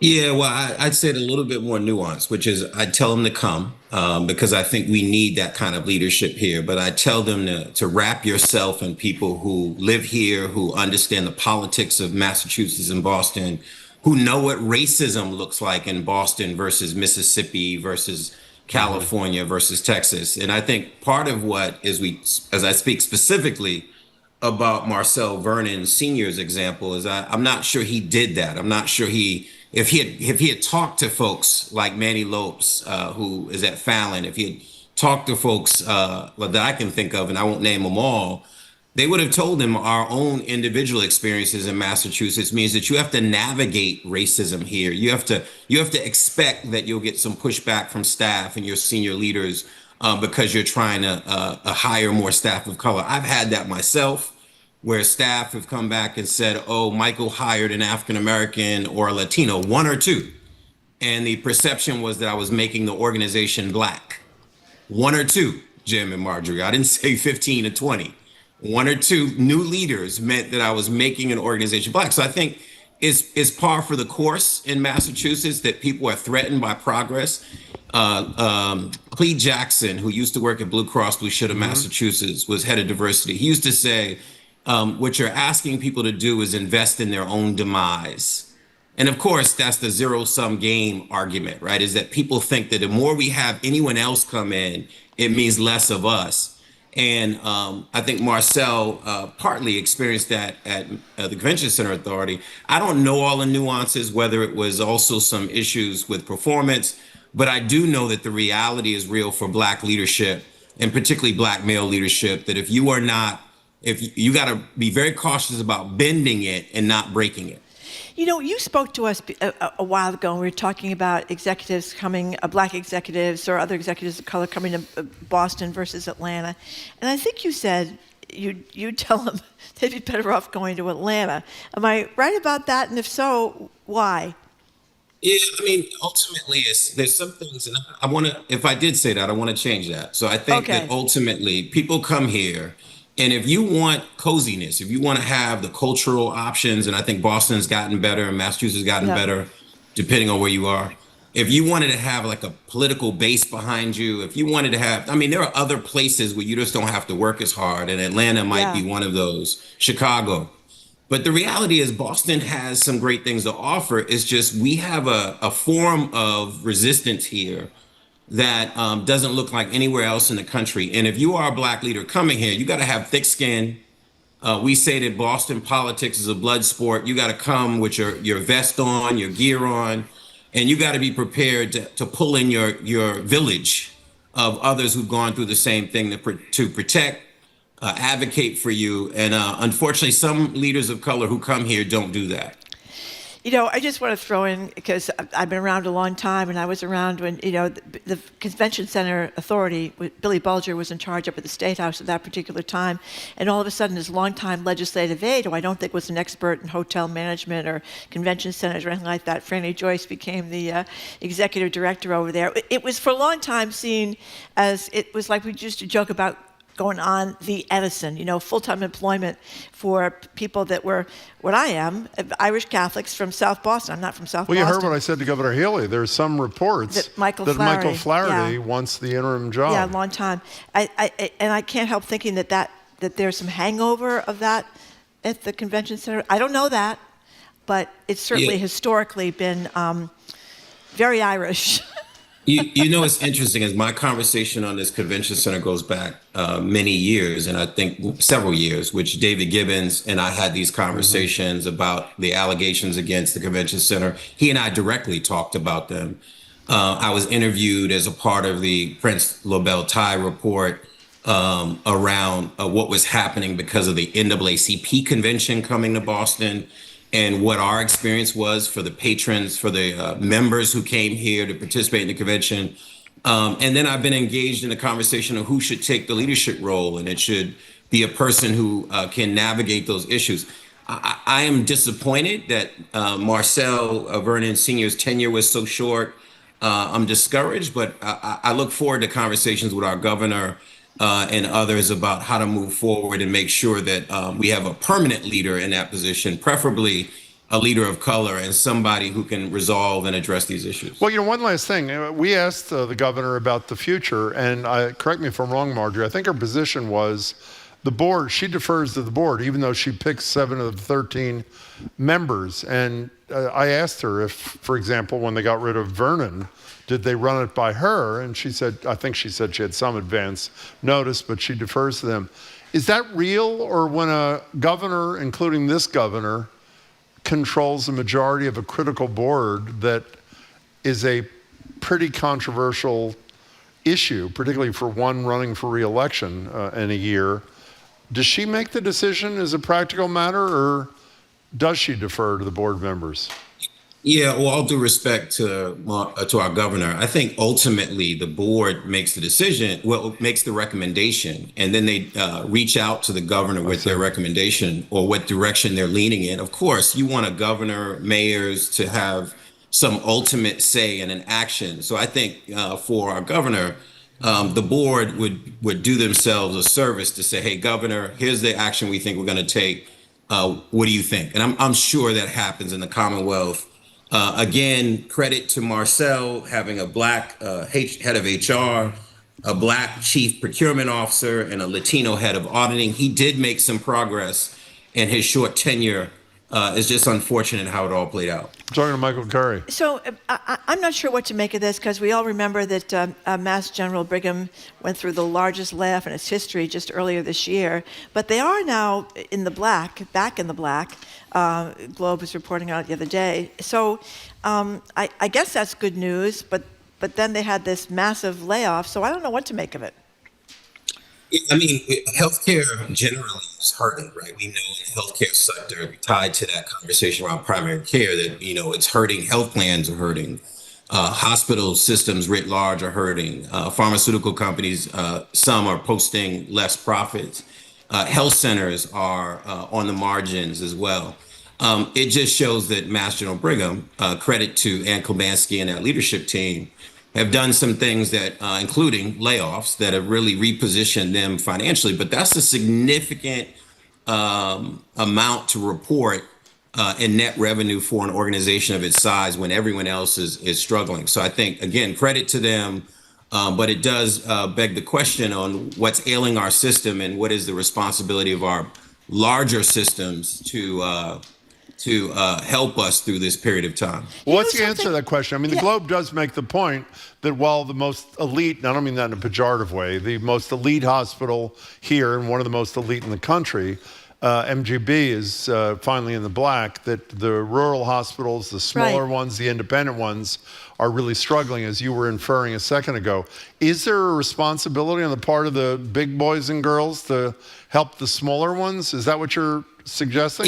I mean, I think it's a combination. It's not just Mass General Brigham's. I think we typically have this philosophy in Massachusetts that it is a shared responsibility of all of us to help in these struggles within our system.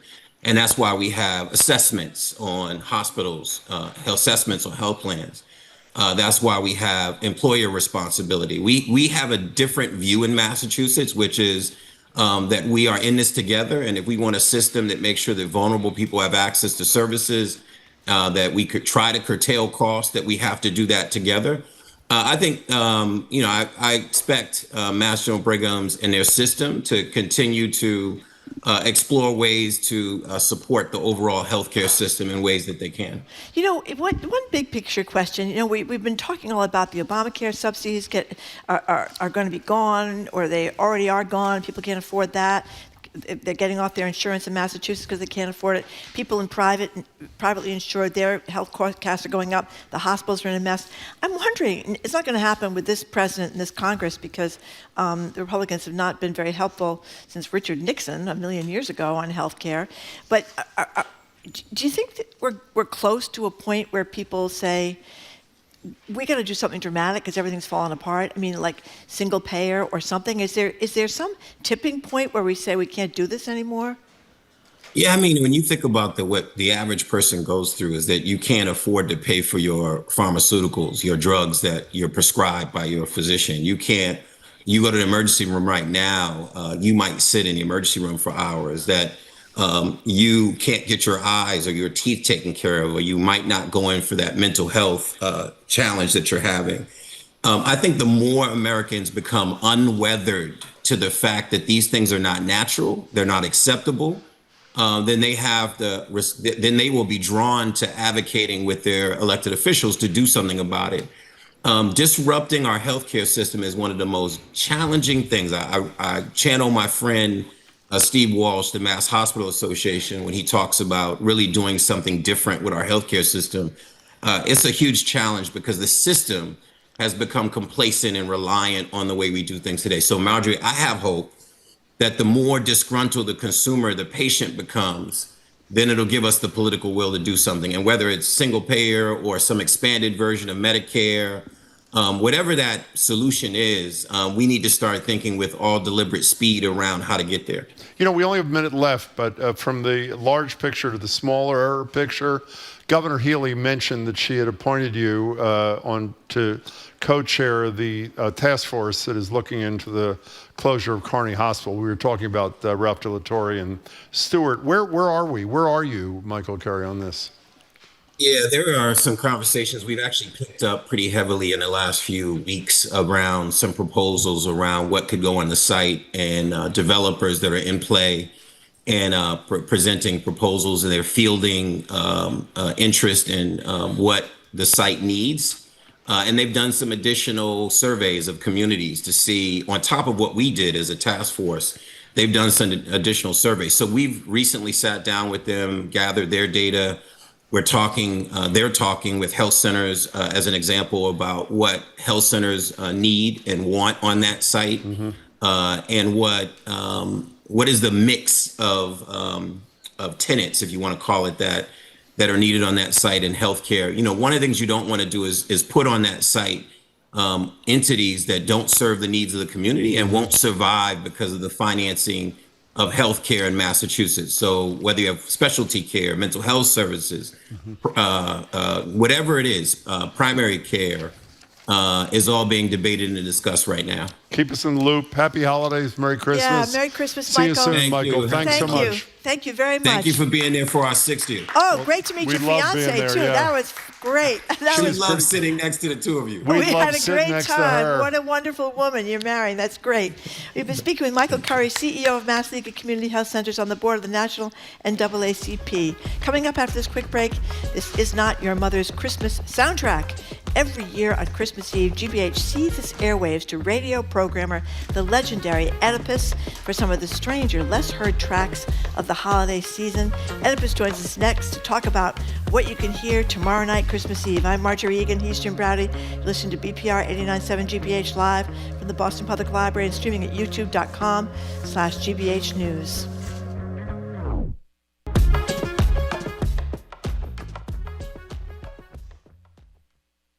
Ada Boni's cookbook, The Talisman of Happiness, has been a household staple in Italian kitchens for nearly a century. She turned it into this magical cookbook that told you how to play the symphony of Italian cuisine from just a few simple notes. I'm Elsa Chang. How this 1929 classic finally got its full English translation on All Things Considered from NPR News.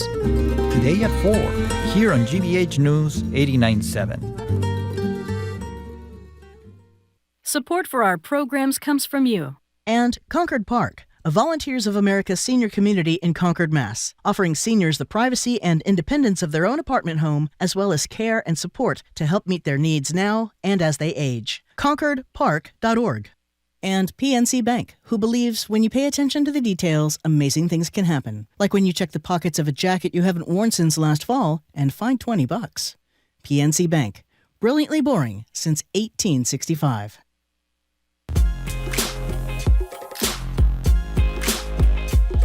Welcome back to BPR. Marjorie Egan, Jim Browdy. We're at the library, streaming at youtube.com/GBH News. Every year on Christmas Eve, while Marjorie is home trying to cook her tenderloin, GBH 89.7 does something a little, subversive.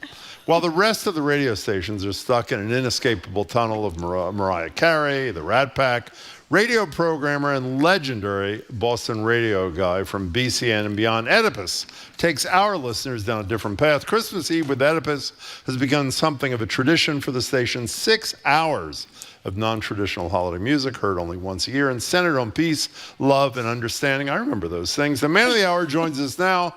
He's at our studio in Brighton. Oedipus, it's great to see you. Happy solstice. And to you. To you and too. How cool was it that Marty Walsh was there this morning? Because, Jim, as you know, he declared tomorrow, December 24th, as Christmas Eve with Oedipus Day. You gave me that proclamation on the air. Oh, I know it very well. That's right. We That's did. right. We should have mentioned that. Well, it should be Christmas Eve with Oedipus Day. How long have you been doing this, and when does it start? Is it 6 hours starting at... 6 hours, and I'm there live. I'm there alone, and I create a soundtrack for you to cook your tenderloin to. I know. I'm very much excited about it. I'm very excited about it. You start at what time? What time did you start? I start at 6. So 6, right and through the to music's midnight. very melodic, okay? It is every type of genre. It's ethereal, it's female, it's acoustic, it's folk, it's rock, it's rap, it's R&B. I touch all genres, and these are the songs that you have just not heard anywhere. You will not hear them in the mall. You won't hear them again, the cliches on the radio stations and everywhere that you travel. It's very unique, and you only hear these songs once a year. As I said, they're very melodic, and I just love doing it. And Jim, before you ask me, I have to tell you, real. You have to have a real tree, okay? But I have both. I have to tell you, I have both, because you need the real tree for the smells and the greenery. However, in 1985, I was at Abbey Road Studios in London. I was interviewing Jimmy Page of Led Zeppelin and Paul Rogers of Affirm. Wow. I was doing a national broadcast back to the States. And after the broadcast, I wandered over to Harrods. And in Harrods were these spectacular, deep purple Christmas trees as ornaments. And they had different sizes all through Harrods. And I asked the sales guy, I said, "Are they for sale?" And he says, "Sir, everything in Harrods is for sale." So I ordered one, and I have a very deep purple, a Purple Rain artificial Christmas tree that's next to my green tree. And it's really spectacular. I want you to know, they wanted me to do that Jimmy Page interview, and I said, let Oedipus do it. That's right. He wants to. So, the myth that is formed around this Christmas Eve Oedipus deal is that you don't even know exactly what you're going to play till you get in the studio. I think you bring 2 glasses of wine or some such thing. Is that true, or is that BS? Do you actually not know? It's totally true. Now, I listen to all the songs ahead of time, but I only know my first song, and after that, it's what feels right for the moment. I have a candle lit and a glass of red wine. Oh, I love it. And the music is very, very loud because, I move around to it. I dance to it. And once again, I get to hear these songs again for the first time or the second time this year because I've already listened to them all. But I don't plan it ahead of time.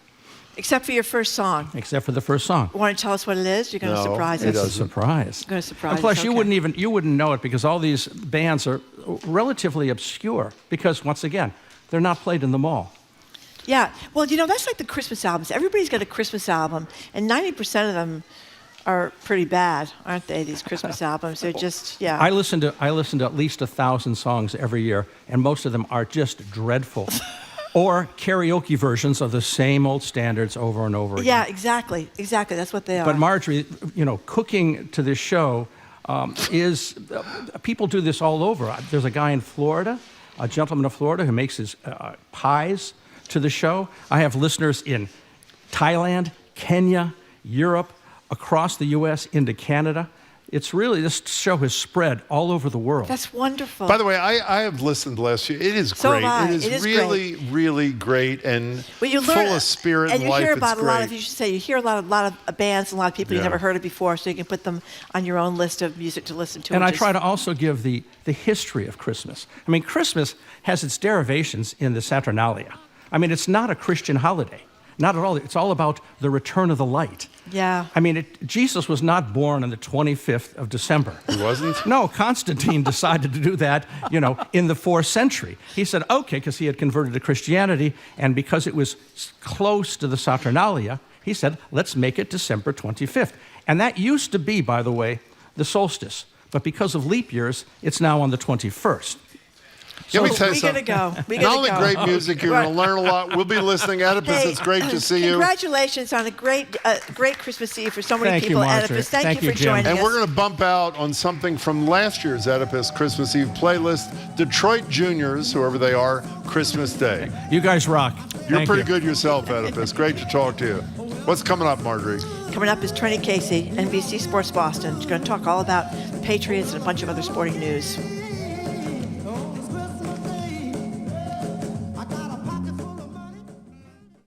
This season, give the gift of GBH. With a GBH gift membership, your loved one will enjoy access to GBH Passport, discounts on local businesses and events, and more. So, support and share what you love. Learn more at gbh.org/gift membership. Support for GBH comes from you. And Bartlett Tree Experts, a scientific tree care company providing species-specific care for trees and shrubs for over 118 years.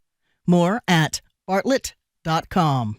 And the University of Massachusetts Amherst, UMass, the state's flagship public research university, empowers students to be the future in the pursuit of progress for Massachusetts and beyond. More at umass.edu. You're listening to 89.7 WGBH HD1 Boston. Online at gbhnews.org. GBH News. What matters to you? I'm Jim Browdy, head on Hour 3 of BPR, live from the Boston Public Library. Donald Trump has done it again, announcing his own Hunger Games-style Patriot Games, a competition with young athletes from across the country. We'll check in with NBC Sports Authority Trenni Casey about what it actually will look like. And yes, one final Belichick Jordan Hudson update for 2025. I'm Marjorie Egan. That is a segment that keeps on giving year after year for 26 years now. Holiday regifting. Jim insists we subject you all to this topic again so he can make fun of me for the time I did regift some soaps.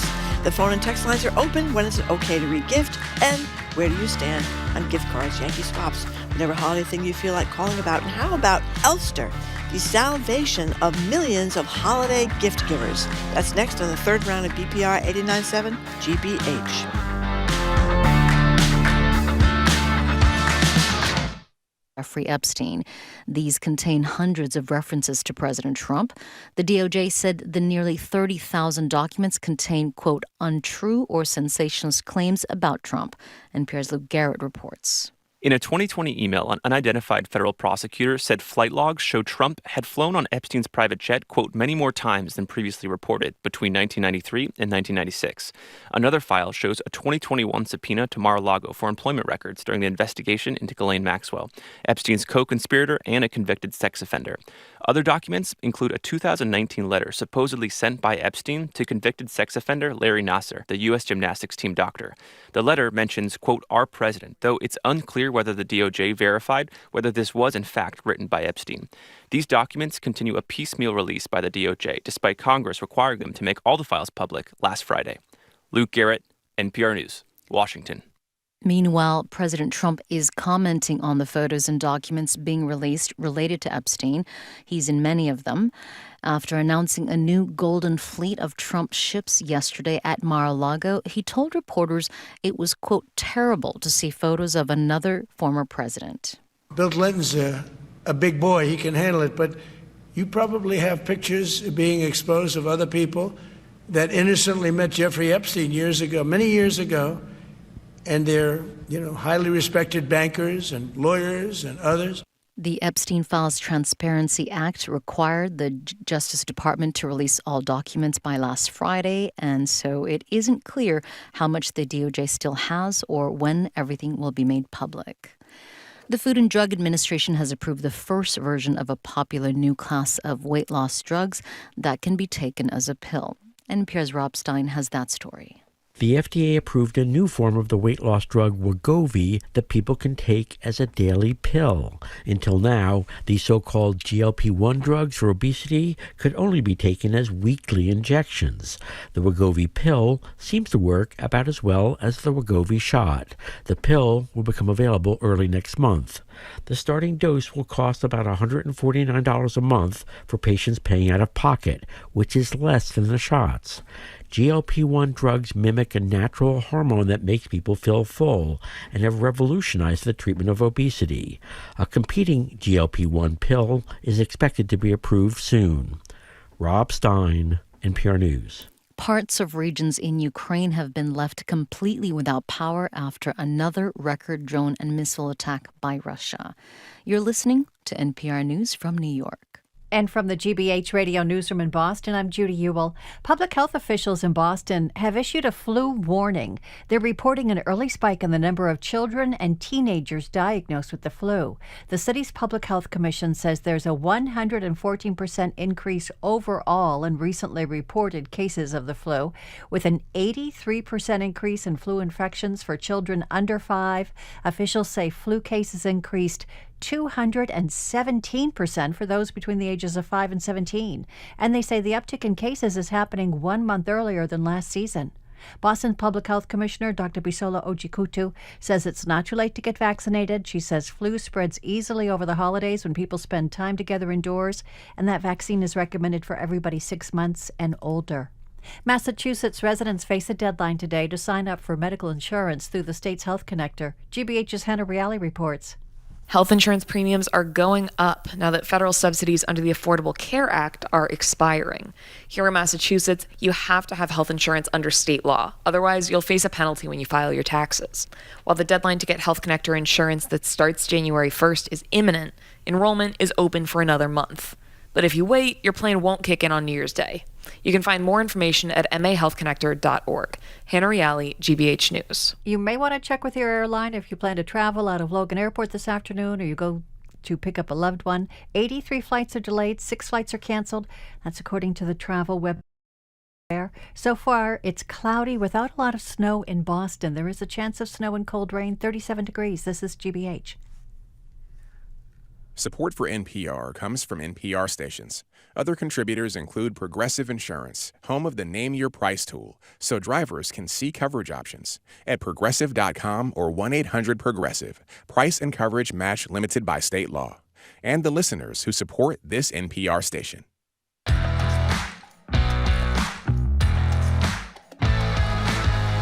Welcome to hour number 3 of Boston Public Radio. Jim Browdy and Marjorie Egan. We are broadcasting live from the Boston Public Library, streaming at youtube.com/GBH News.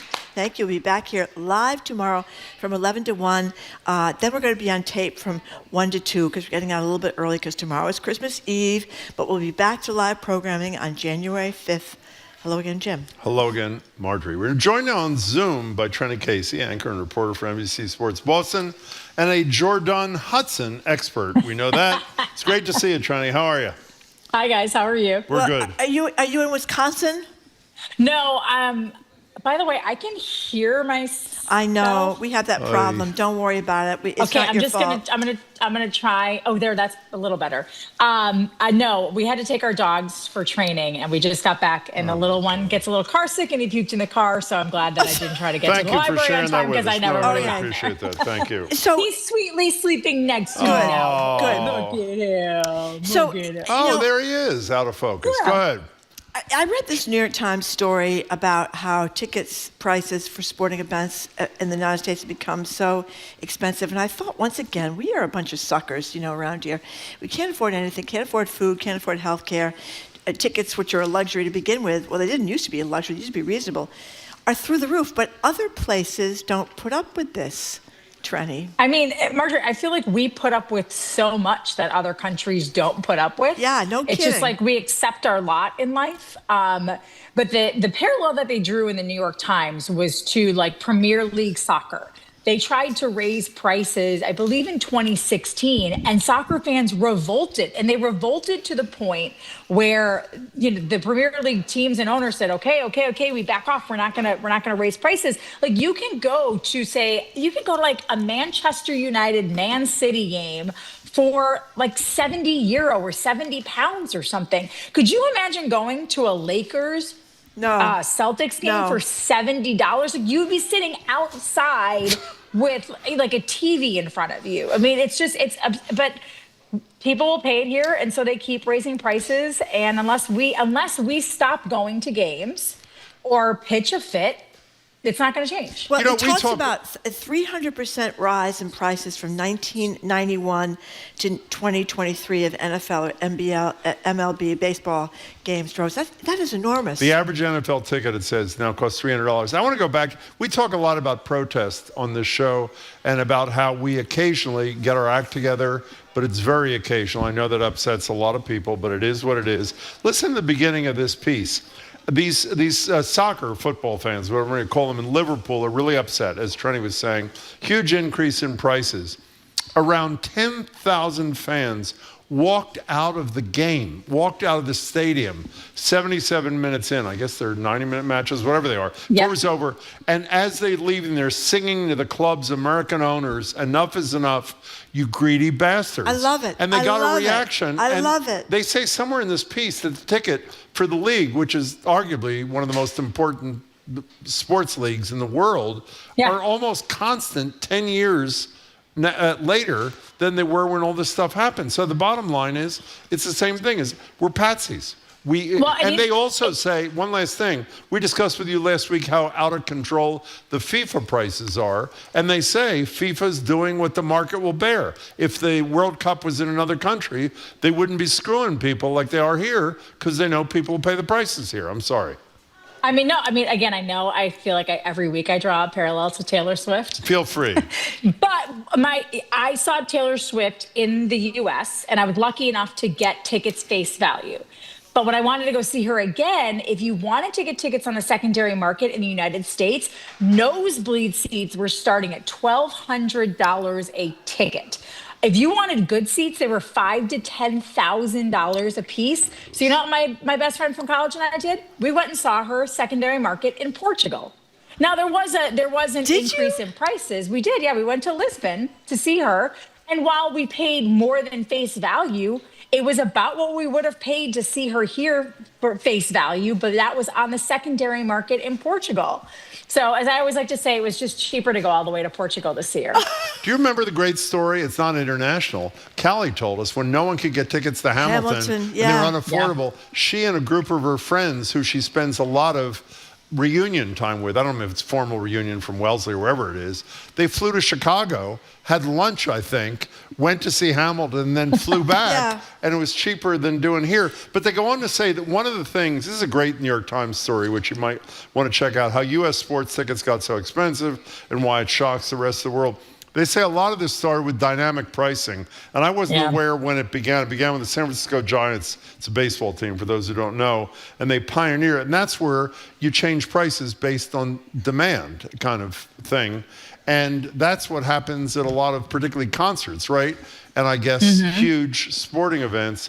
And it really, the bottom line for the story is we are the problem. But it's a cultural thing, you know? I mean, it goes back to people cheering for the richest man on earth at the time anyway, Elon Musk, with his big chainsaw, joking about taking away the jobs of people who make $40,000 or $50,000 or $60,000 a year. Like it was a big joke. However, Jamie has sent us a note, or maybe it's an anonymous texter.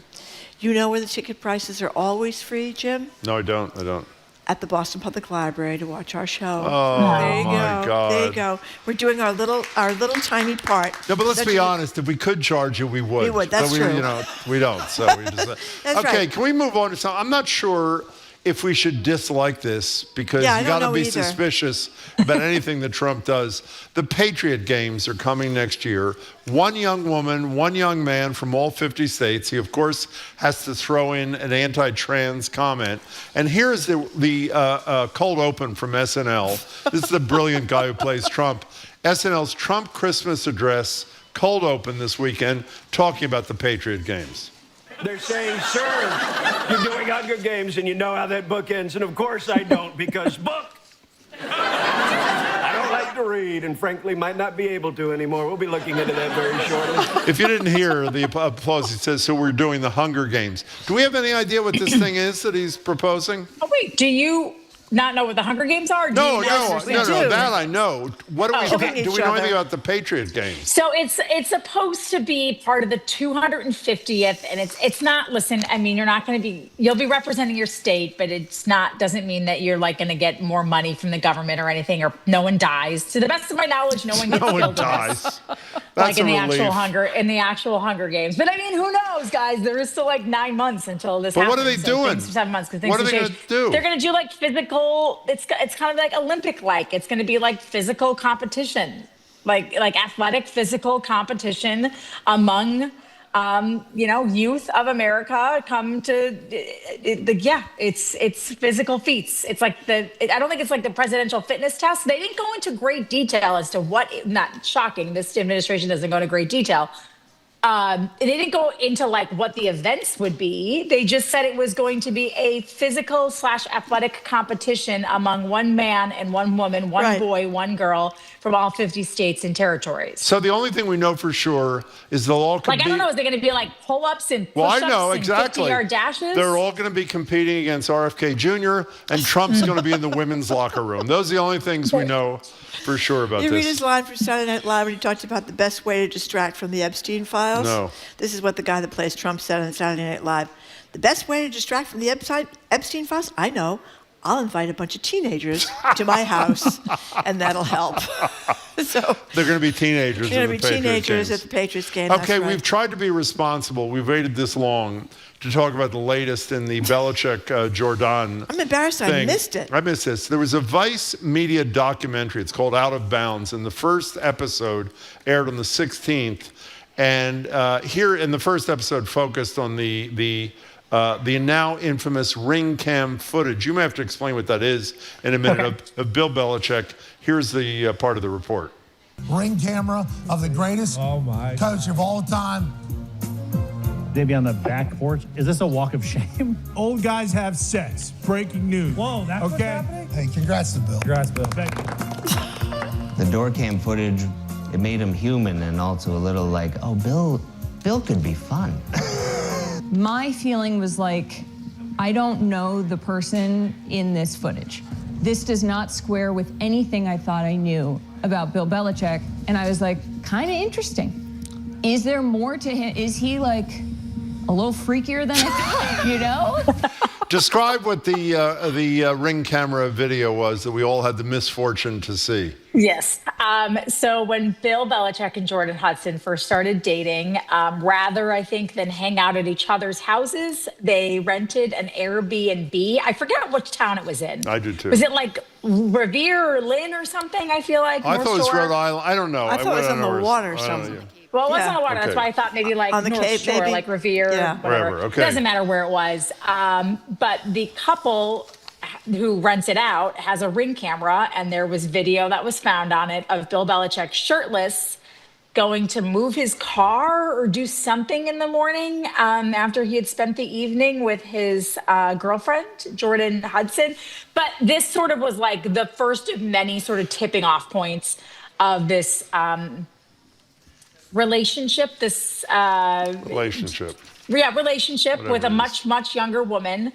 And this is before he became the head coach at the University of North Carolina. But once that happened, like, it's just been this snowball effect of all these different things happening with the two of them. And so Vice is doing this Out of Bounds. To me, the most interesting part about this is that Vice is doing this Out of Bounds docu-series, and it's not focused just on Bill Belichick or Jordan Hudson. Every week it's a different episode, focusing, quite frankly, on athletes who have trouble off the field. Like the next one is on Antonio Brown. Oh.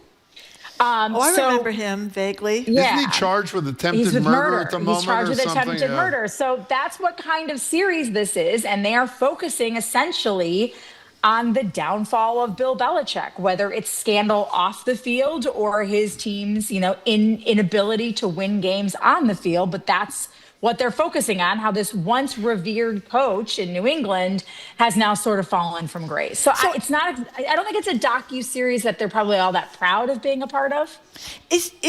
What's the speculation? Is he going to come back next year to University of North Carolina after he just hired Bobby Petrino to be his offensive coordinator. Petrino, I believe, was most recently at the University of Arkansas. Yeah, he was. He's the one with the girlfriend that's only 25 years younger. He also has he had a dalliance with a student. And apparently they're still together. So birds of a feather, right? But he is a really good offensive coordinator. It's from a football standpoint, it is a smart move by Bill Belichick to bring in someone to help with the offense. Whether or not it helps North Carolina, I guess, to be seen. But if he's hiring offensive coordinators or new offensive coordinators, Marjorie, we have to believe he'll be back at the University of North Carolina. I'm glad you brought up this guy. I had heard, I don't know if this is true, you would know since you're in the industry.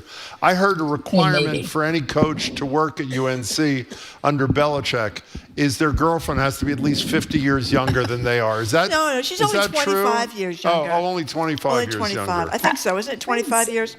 It's got to at least be 2 decades or more. Yeah, at least decade. Yeah. Mm-hmm. Okay, so we never. One of our colleagues said his next hire is Leonardo DiCaprio. That's a pretty good one. Thank you, Zoe. So we never talk about like current sports things like you do on the air. But the thing with the Patriots is really, it's rather amazing. It is. This kid is 23 years old. When you see him take his helmet off and you forget, this is a kid. I mean, this is the quarterback of the Patriots, his second season. They went from 4-13 and 4-13, I think, 2 years in a row, to what they won 12 games. They could win as many as 14, right?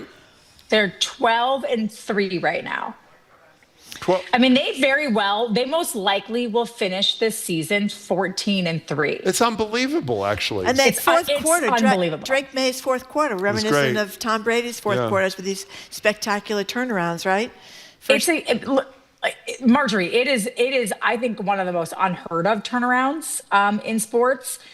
The over-under, I know gambling, Jim has complicated relationship with gambling, but the over-under that was set for the wins total on the Patriots this year was 8.5. Wow. Most people took the over, but most of us thought they would win between 8 and 9 games. Like 9 games was kind of like, if they do that, they'll be right on the outside. They'll be right in the playoff conversation. That'll be a massive turnaround. I mean, they have completely flipped the script. In my estimation, Drake May is the best young quarterback out there. Wow. I'm not willing to go so far as to say he's better than Josh Allen at this point, because I think he still has some room to grow. But the fact that he has room to grow and he's this good is unbelievable. He is smart. He is hardworking. He's poised. He's so resilient. And what impresses me most is the way that he learns from his mistakes. So Marjorie, you started to say fourth quarter comeback. So the one thing Drake May had never done was lead a fourth quarter come from behind win. And he did it. And he got roundly criticized against the Bills for not being able to do it, not looking poised or in control in the second half against the Bills, giving up a 21-point lead. And like the flip of a switch, he changes what he did wrong the week prior and does it the right way the next week after. It's remarkable. Who picked him? They have the third best Super Bowl odds. Who picked Drake May? Who was coach then when he came on? It was Gerard Mayo. Was Gerard Mayo? Okay. Well, Elliot Wolf was the general manager. Elliot Wolf, though, was the general manager. And honestly, Marjorie, it's not like no offense, it's not like they picked him. Yeah. There were 3 really good quarterbacks that year, and they had the 3rd pick in the draft. And it's like, if they would have had the number 1 overall pick, we might be talking about Caleb Williams right now. Like, I don't know that anyone saw. Like, Drake May was considered the biggest project in that draft because he only had played 2 seasons of college football. So young, as Jim just said, he's only 23 years old. But like, I don't know, he's the youngest of 4 boys. He's already married. He's married to his like middle school sweetheart, who, by the way, is like a big baker, she's right? Like a big bake. She's like a sensation on Instagram and TikTok and all this stuff. Like, it's just, it's a great story. And he just was named to his 2nd Pro Bowl. Him and Christian Gonzalez, the Pro Bowl nominations just came out today. And I imagine that's going to be motivation, because the Patriots feel like they got snubbed. Like, not enough of their players got the recognition that they deserve for the season they're having. So just a little more fire under them. Can I say one more thing about him, by the way? I watch a lot of these interviews. I don't know why. And you never really know until you know the person. This kid is humble. He never misses an opportunity when he's done something great to credit the person who blocked for him, the person who caught the amazing pass. And you know what a lot of people say who know him well, it's the brother thing and the parent thing, that he was raised in a household with a wonderful family, and he lives it. And he really, I hope that's real. See the text? Patriots have the easiest schedule in NFL history. Settle down. I mean, okay, fine. They do, and that literally, that you can't discount that, right? But that, to me, that doesn't take away what Drake May has done. I'm with you. Because he's also done it against good defenses. If anything, and I know we don't like to get too in the weeds in sports here, I think where the easy schedule has benefited the Patriots, surprisingly, is more on the defensive side of the ball. Because as they've had to face better quarterbacks, they have struggled. So to me, Drake May would figure it out against any defense, and I think that he has. I think the easy schedule has benefited like their overall record, but mostly like how they play on the defensive side. I want to thank you for not doing something. I can't stand it when you say, I don't really know anything about football. You knew about the comeback. Did you watch the comeback? No. Did you see the video of the comeback? No, I did not. So how'd you know about it? Because I read things about it. But I do watch when they get to the playoffs. I mean, I'm a fair weather friend, okay? I watch the Celtics were in the finals. I watch the Patriots when they're not a fair weather friend. You're a very good friend, actually. Thank you, thank you, You're Jim. a very nice friend. Thank you, Jim. Thank you. But what about Mike Vrabel and all this? I mean, he's talking about central casting for a coach.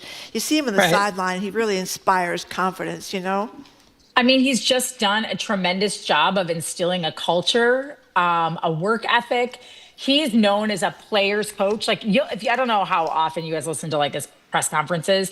He never throws players under the bus, but he also is careful about who he praises and when he praises them. Like, he was kind of hard on Drake May in the beginning of the season and at camp. I would say really only over the last 4 or 5 weeks as he actually started to talk about what a good job Drake May has done. So he has a really interesting balance of understanding the younger player and how to like communicate with them. Because I think Vrabel's only like 50 years old. Yeah.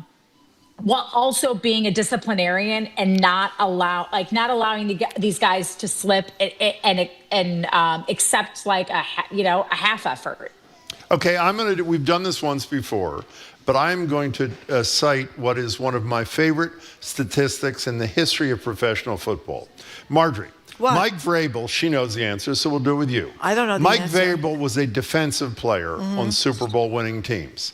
Occasionally, they would line up on offense, and Tom Brady would throw him the ball. How many times did he catch a pass, Mike Vrabel, in his whole career? Once. 12. Oh. Of the 12 catches, how many were touchdowns? 7. 12. He caught 12 passes in his whole career. Wow. And every single one. That's Isn't that a great amazing. statistic? I could tell that by just looking at him from the sidelines, that if he had the chance to get that ball, he'd run it right into This is how Marjorie talks about firefighters, by the way. Same sort of kind of thing. Well, have you ever had to He's call a good-looking Boston? guy. Have you ever had to call Boston's finest into your house? So I hope not. But you know, occasionally you do something wrong, you have to call the fire department. So Marjorie let me tell you, Marjorie has the fire alarm go off in her house in the middle of the night about 10 years ago.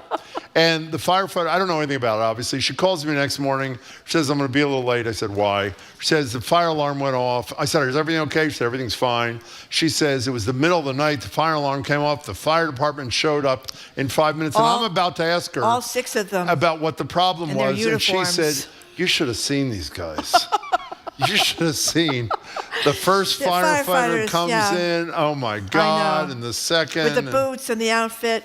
By the way, Jamie just said I get to walk past the fire station in the North End every day. All right, you know what I'm talking about, right? Absolutely, absolutely. You know what I'm talking about. Yeah. Jamie just said if Marjorie purposely burns the tenderloin tomorrow, the Brookline Fire Department will return. Hey, Trenni, I hope your dog is well. Happy Christmas, New Year, all that stuff. Happy Christmas, We'll Happy see you New soon. Year. I'll see you guys on January 6th feels like such a weird day for me. I'm excited to see anybody. I know. Trenni, say hi to everybody. Great to see you. Merry Christmas, Trenni. Take Thank care. you very much. We've been speaking with Trenni Casey, anchor and reporter for NBC Sports Boston. Coming up after this quick break, here we go again. You know, Jim likes to talk about the same things You over do and too, over Marjorie. and over. You're No, so full you just of it. want to talk about this regifting thing for the 67th time because I once made a terrible mistake. You made a small mistake. Regifted somebody and gave it back to them the next day, and it was really embarrassing. Okay? No one could believe that. But we're not going to talk just about regifting. Oh, yes. Oh, no, we're not. We're going to talk about gift cards, regifting that Panettone your coworker gets you every year. You absolutely hate it. Non-traditional gift giving. What I've discovered to save my Christmas this year, Elster. We love Elster. That's my Christmas specialty. 40 million people are on Elster. I'm one of them. I'm Marjorie Egan. He's Jim Browdy, listening to BPR 89.7 GBH live from the Boston Public Library and streaming at youtube.com/GBH News.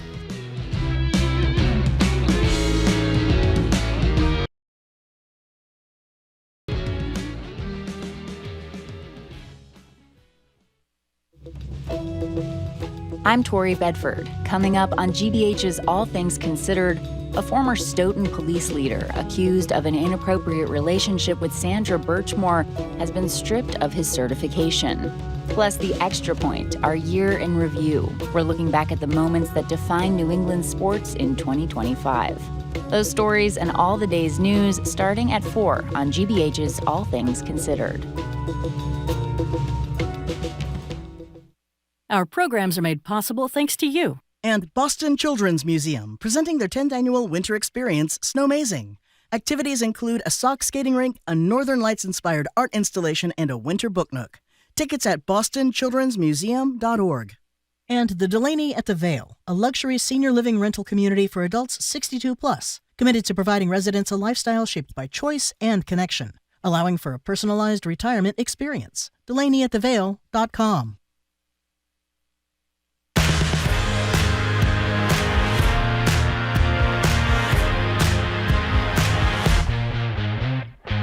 Welcome back to BPR. Marjorie Egan and Jim Browdy. We are live at the library, streaming at youtube.com/GBH News. We're back here live tomorrow. We'll explain it again, only from 11 to 1. The final hour, 1 to 2, will be on tape. It's wonderful programming, I'm sure. It's us, but, you know, best of thing. But we're only live 11 to 1 because Marjorie wants to leave. So, and we're back. That is why we're doing it. And we're back live under a lot of pressure, January Jim. 5th. A lot of pressure. So for the rest of the show, Marjorie and I are happy to announce we're offering sort of a Christmas gift-giving hotline. And the number just happens to be 877-301-8970 to call or text. If you still haven't gotten a gift for your brother, your uncle, your third cousin twice removed, give us a call. We'll help you out. It could be a $25 gift card to TJ Maxx. They'll probably love that. An espresso panettone from a coworker. It's been sitting on a desk all week. Can't go wrong with that. Gift cards, we're going to talk about. Are they okay? Regifting, Marjorie's going to talk about that. Non-traditional gift giving. And Elster, since you're now a participant. And That's you, right.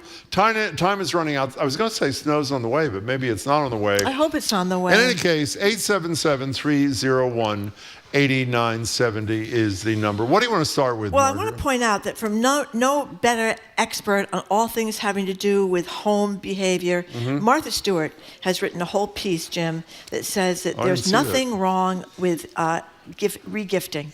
That lots of people do it. You can always regift things that have to do that are kind of generic anodyne gifts for people, like candles or soaps. That's what I regifted, soaps. Can I tell you Not a big something? deal. Nobody wants a scented candle. Nobody I wants love us. scented candles. Oh my I God. love scented candles. They're very nice. Over the holidays, have a nice scented candle there. I think they're giving you dread diseases. Haven't we found out now that scented candles are really bad for you? You really like a scented candle? I do. You're supposed to have soy candles now, though, because they're not as bad for you, even though they don't send as much fragrance around the room. So what does she say about regifting? She says hosting gifts, that's what we're talking about, like chocolates or wine or coffee or candles or soap, are perfectly fine to regift. You just have to make sure there's nothing that's going to identify them as like engraved initials or notes inside or personal messages. It's okay because it's kind of you want to give a hostess gift, or you go to somebody's house, and it's usually something like that. It's not It's a also personal totally environmentally responsible. So you're not adding more junk. That's what I was thinking of when I had that embarrassing regifting situation. How many people in the audience have not heard Marjorie tell her regifting story? Have not heard? Oh, well, it's enough. That's perfect. Okay, so Marjorie, there were about 4 people here. Okay. By the way, they could recite it instead of you if they wanted to. This happened like 27 years ago. I don't care when it happened. A long time Tell ago. the story. But what happened is, one of my closest friends came over to my house on Christmas Eve, and she gave me a little beautiful box of one of the Martha Stewart approved regifting what was things. in it? Some soaps, some how scented nice. soaps for your house. And then the next day, Christmas Day, I was going back to her house, Same and I person. realized the same person. You didn't have a gift? I didn't have a gift, and it was Christmas Day, and everything was closed. I said, there's some things around the house. Sure. I'd forgotten that she gave them to me. Like 12 hours earlier. 12 hours earlier. I rewrapped the soaps, and I brought them over to her house. And she opens the box, she says, my, this looks familiar. Could this be the same soap So I this gave person, to you? you hadn't heard this. Is that a great story? Is that... Okay, there you go. Everybody hadn't heard. There you go. Yeah. Standing, not quite a standing ovation, but there you go. So that was very, very embarrassing. What did you know what you've never said? And you've told the story at my request, not your forcing it. So I was like 50 times. What did you say when she said, "Oh, this looks familiar," and you realized she had just given? What did you say? I just started to laugh and say, "Oh my God, I screwed up. I'm sorry." She didn't care. It was great. It was fine. Yeah. Well, I would have said, I liked it so much. I thought no one deserves it more than you. You find people making a mistake with this, though. If you get a bottle of wine and they give you a bottle of wine and they forget to take the tag off on the wine bottle. Yeah, most people don't forget to take the tag off. Well, some people do, and it's just Susie and Joe, and it's not Susie and Joe, it's John and Sarah or something like that. You have to make sure that you don't take anything identifying. Okay, so that's our regifting advice. That's our regifting You can call advice. about that. Before we start taking calls and texts and things, why don't you opine, one of my least favorite words, why don't you opine on the gift card as opposed to a gift for a human being? Go ahead. I think especially for teens and people that are in their young 20s, don't know what to get them. They don't want you to get them into any ridiculous sweaters or anything like that. Gift cards are very good. Doesn't take a lot of thought, but I think a lot of young people want money. They want money. That's an interesting question. There are 2 kinds of gift cards. Yeah. There's the generic gift card, where you give like an Amex gift card, which requires no thought whatsoever. How about the middle ground, where you actually go to the store or the restaurant that the person you're about to give it to, you don't have to really go likes to it? the restaurant or the store. You can get it online. You can do that online. Yeah, you can get it online. I mean, there are some people. Don't you think that shows a little more thought and caring? Yes, it does. There are some fine. people that give really thoughtful gifts. My sister gives very thoughtful gifts. She'll get a picture that you liked over the summer or something and have it framed and give it to you, or something that's meaningful. It has a little thought. And I'm not like that. I do get a lot of thoughtless gifts. And you know who's pretty good at giving gifts, actually? Who? Even though I make fun of you for giving me those. I am an excellent gift giver. You're not bad. You're not bad. Can I tell you something? I'm not going to. Don't ask me any questions. Jamie has been helping me on your Christmas gift for weeks. And let me tell you, this one wasn't easy. We're not telling you anything more, but literally it's been a collaborative effort. I have a clever one for him this year, too. We'll see. It's not that clever, but it's something you said on the show. Meaning it's not Salami of the Week? It's not Salami of the Week. I won't let you down this year. We'll get to the calls in a second. Sean in the car. I once received homemade soap from a coworker. Okay. About a week later, I found out that she saved all the tiny little shreds of soap bars. Oh. And at the end of the year, before Christmas, she would melt them all together in a bunch of disgusting soap bars. That's terrible. Gross, in capital letters. That's not all. An anonymous texter on the same subject says, we still joke with friends many years later about their son asking his mother what my wife gave her for a gift. Quote, soap. The response was, soap's not a gift, with which I am in total agreement. It has to be nice soap. It has to be fragrant soap. It has to be special soap. It comes in a beautiful box with bows, and it smells beautiful. That's the kind of thing. It's a hostess kind of gift. Read Zoe's note to us. Okay, right? Zoe, I did this with candles. Not even a joke. I collected, this is Zoe, collected all the remaining, oh no, she did not. She says it's true. She says she's collected all the remaining wax from her candles and remelted them. I'll keep them in my bag. Guess you're not getting a gift this year, Jim. Well, by the way, Zoe. there's still enough time to buy a salami, Zoe, so take it from there. Yeah, 877. you're not getting bacon of the month, salami of the month, or sausage of the month this year. 301-8970. This is all thing gift giving. We're trying to give you a hand. We're a little anxious about what's coming up. You probably are too. Marty and I have great expertise in this area. Great expertise. And we're going to try to help you out. So Sarah in Waltham, you are first. Welcome to the show. Hi. Hi, Jim and Marjorie. That is correct. Long-time listener, long-time texter. Thank you. First-time caller. We love that. Thank you for doing all of it. Thank you. I had texted a while ago saying that I had overcome my fear of public speaking, but was still too afraid to call into BPR lest Jim yell at me. I'm going to try to control myself, Sarah, because it's holiday season. So I figured I had to start with a lighthearted topic. Okay, that's a good choice. Go ahead. All right. So I have a bit of an unconventional regifting story. We're ready. Please. So my father, who is a wonderful human, really is a big fan of the functional gift. Mm-hmm. I am too. Yeah. So the context of this is my mom had a scrape on her ear, a bit of an infection about a month before Christmas.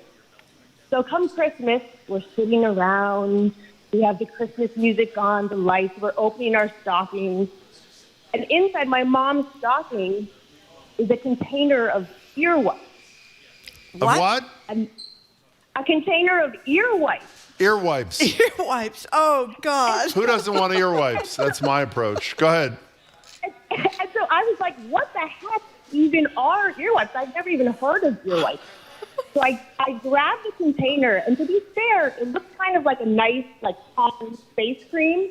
But so I'm reading it, and I get down to the fine print at the bottom, and it says, for cats and dogs. Oh, no. Oh, my God. Yes. So it wasn't even human ear wipes.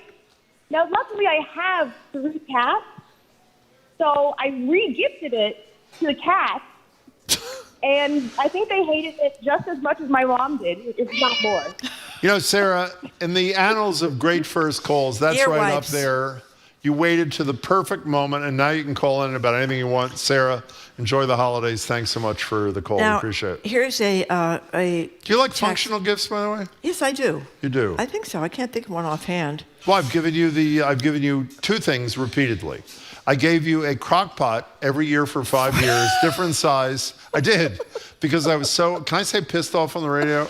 You already said it. Thank you, John. Yeah. I was so pissed off that you never used the crock pot the first year. I decided to keep giving it to you until you used it. And, wait, I'm not done. I never used it. I gave you the Eton emergency crank radio 4 years in a row, too. That was a good gift. That was a good gift. Yeah, she never used it. Now, listen to this one. Whatever. This is a young man who says, I just got engaged. Oh, do I really need to get her a present after giving her a ring? Yes. Is this line of thinking a prediction for the doomed future of this relationship? Will you shut up, man? Listen, can you believe that? No, it's horrible. I think this is. Wait, who said is it a prediction of the doomed future? Is the that same you or? guy. No, the texter. He said, I just gave her a ring. Do I have to now give her a Christmas present? I think you better give her a Christmas present, or you're right. What kind of person asked that question? That's a bad sign. Bad sign. You got to give her a present. And then listen to this. My daughter described Christmas to her friend as we go to Mom's house for gifts, then we go to Dad's house for envelopes. Like that one? I like that. By the way, anonymous text says, maybe Marjorie's gift is a visit from Harriet. And it could be. We are not disclosing what Jamie and I have been working on. We're flying her in from an undisclosed location. Maybe we are, She's maybe we going to bring aren't. her shot put right with her. Oh, God, that's so funny. She's still She's still doing the shot put after all. Are you these embarrassed years. when you She's in laugh at your same joke? You talk to me about wanting to do the same topic with listeners. Look, here she goes. Watch her. Everybody watching her? This is a professional, paid serious money to host a radio show. I can't help it. I can't help it. Jamie thinks it's a riot, too. Yep. They didn't know where to put the shot put. If people weren't listening, what was that group called? The Levies. The and Levies. Two of the leaders, one of the leaders is a guitarist and singer from Guster. And did you bring up Harriet, or you just asked her about his daughter? That's right. And he says his daughter is a champion shot putter. That's right. How embarrassed were you? I was embarrassed. I hope you didn't hear me talk about it. I was embarrassed for you. Listen to this. This is what I should have gotten Jim for Christmas. What's that? A subscription to the Dickie of the Month Club. Oh, that's so funny. Thank you. There's no reason for whatever there. Also, could you add to your list of calls, people you can call regifting, you can call gift cards, and about Elfster, if anybody else in the 40 Elfster. million. Yeah. But let me just add one more thing. Marjorie recoiled when I said nobody wants a scented candle. And apparently Zoe was about to give one, no more, and Marjorie likes them. I'd like people to weigh in on these scented candles. So tell us about Elf-ish or whatever it's Elfster called. is this deal. Elfster, sorry. These two sisters started it. They want to make gift giving easy for their family because they're over 3 states. So what you do if you have family members who are living in places, this prevents you having to buy 17 presents for everybody and going broke. You pick one. You're going to pick one person that you're going to give a gift to. It's like a Yankee swap. Kind of like a Yankee swap, but they put in their 3 requests, the things that they like. So if you go to Sister Susie, Susie's asked for A, B, and C, and then you decide which one, and you set a price point, $100, $200, whatever it's going to be. I got my son-in-law. I'm not supposed to say that. Well, you just did. I just did, but he never listens to me. What are you getting him? Oh, I can't tell you. I can't tell you what that. I don't want to reveal. He maybe has never heard the regifting story. I don't know him that well, so I don't know if he'd be upset if I told him the story. So Elfster, that was a really exciting retelling. But that's the thing, and so that you and the rest of the people, you just exchange gifts with the children, which I think is a good idea because people can't afford these. No, that part I agree with. So Chris from Rossi, this can't be true. My cheapo uncle would send Christmas cards to his family of reused Christmas cards that we had all sent him the year before. He would just change the names around, wouldn't even change the message written to him. That's pretty bad. That is really That's pretty bad. Let's go to Nancy and Quincy. Hi, Nancy. Hello there. Hi, how you guys doing? Good, thank you.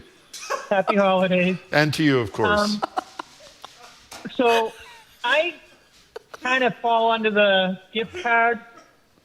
I got one for my son. Oh. But here's the thing. Yeah, please. How else can you give someone a round of golf without going there and purchasing the gift card to make sure he gets the round of golf? Wait a second, but was it just a generic gift card for the amount that a round costs, or was it to the specific club and that sort of thing? Oh, it's a specific club. Oh, that's fine. And it covers a high-end golf cart and the...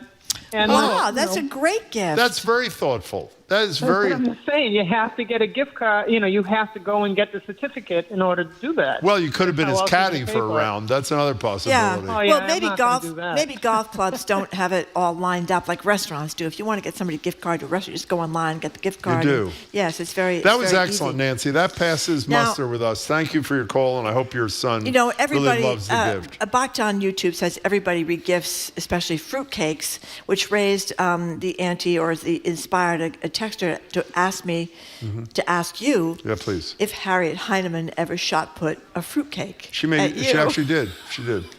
Hit you with that. She's in the Guinness Book of World Records. It's the longest distance a fruitcake of between 1 and 3 pounds has ever been tossed. Right. Yeah. Hit you right in the head with the candied raisins and the candied walnuts and all that kind of stuff. Okay. Charlene from New Hampshire. Thank you for calling. Hi, Charlene. How are you? Hi. It's hard sometimes, your husband gives you a gift and you want to give it away. Yeah. My husband, a few years ago, he was downtown Boston. He found an envelope on the curb, and in it was multiple diamonds. It was from a diamond dealer who dropped an envelope, and he honestly called them. And, he told me the story. They were so excited they couldn't believe he turned them in. I expected at Christmas maybe some earrings that he would go and establish a little relationship and get a discount. So I was so excited. And instead I got a hydroponic seed planter thing. Oh. Has the water and the whole thing. And how do you give those away, Wait a second. It affects me every year. Well, I'm affected, and it's not even my husband. So can we get back to him? Did the diamond owner to whom your husband returned the diamonds give anything to your husband? Yes, he gave a $500 gift certificate. So that was the frosting on the cake. Oh, my God. He got a $500 gift certificate. And he didn't use the $500 to buy you anything? For you?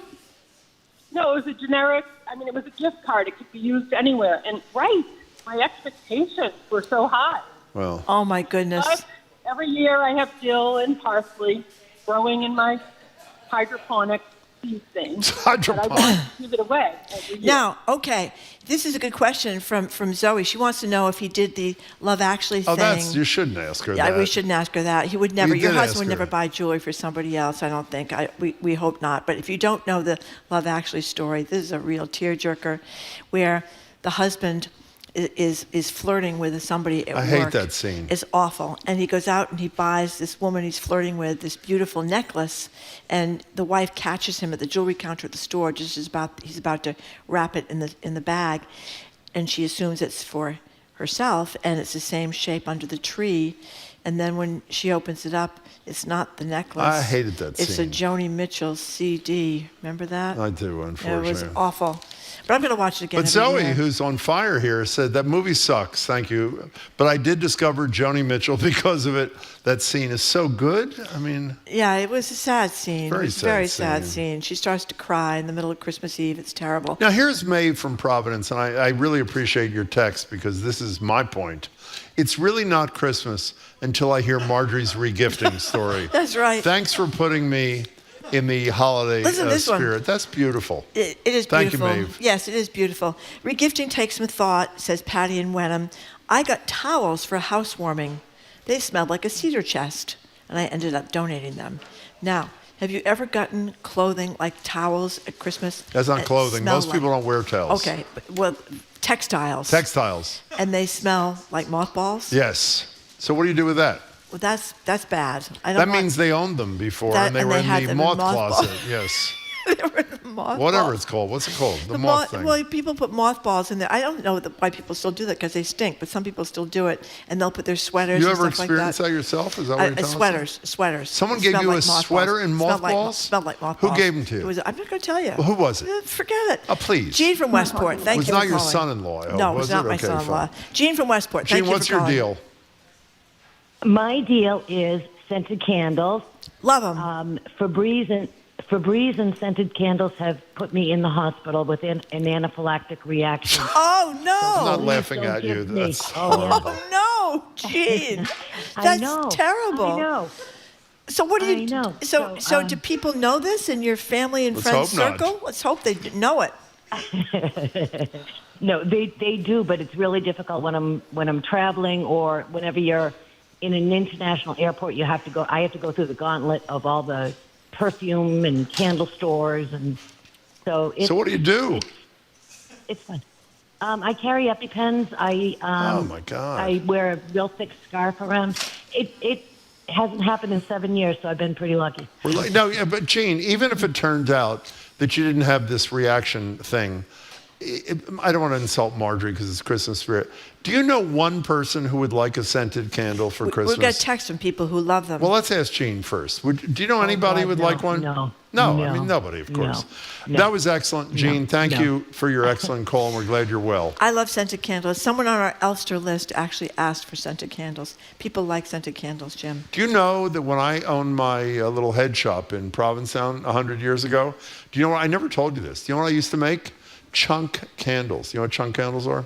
They're candles where you have little chunks of wax that are different color. Oh. I made them. Wow. Yeah. That's thank you. really special. Thank you very much. Maybe you'll give me one of those for Christmas. Maybe I Jim. won't. Now, can I tell you something else? What? You know what they were not? Scented. Okay. Well, there's controversy about scented candles. People think they're not very good for you, and you're not supposed They to get sent Gene to the damn hospital. The ones that are, what are the ones that are petroleum-based? Paraffin candles, I think, are the don't ones that are know. petroleum-based. Those are not good for you either. You're supposed to get the soy candles. I don't know, but the soy candles don't smell as good. That is the only Anonymous problem. texter says, this segment is like being regifted for over 25 years, and you think fruitcakes last forever. Tim in Milton, who is far kinder, says, best gift you guys could give me this year is to re-air some of my favorite recent segments. That's how we refer to them. He's making fun of us. I picked up on that, Yeah, Marjorie. the moldy chestnuts is what we usually call these recent segments. Amy in Rhode Island, what do you think, Hello, Amy. Hi, Merry Christmas to both of you. And to you, of course. The triplet mom that calls you from Rhode Island occasionally. Hi. So I remember thanks for having you. me on. Hi. Yeah. So I have a regifting, I call it pseudo regifting idea for kids specifically because, like we talked about before, things are tough this year. Yeah. If you go to a consignment sale, specifically for children, a couple months before Christmas, most of them actually sell brand new toys in boxes, sealed, everything.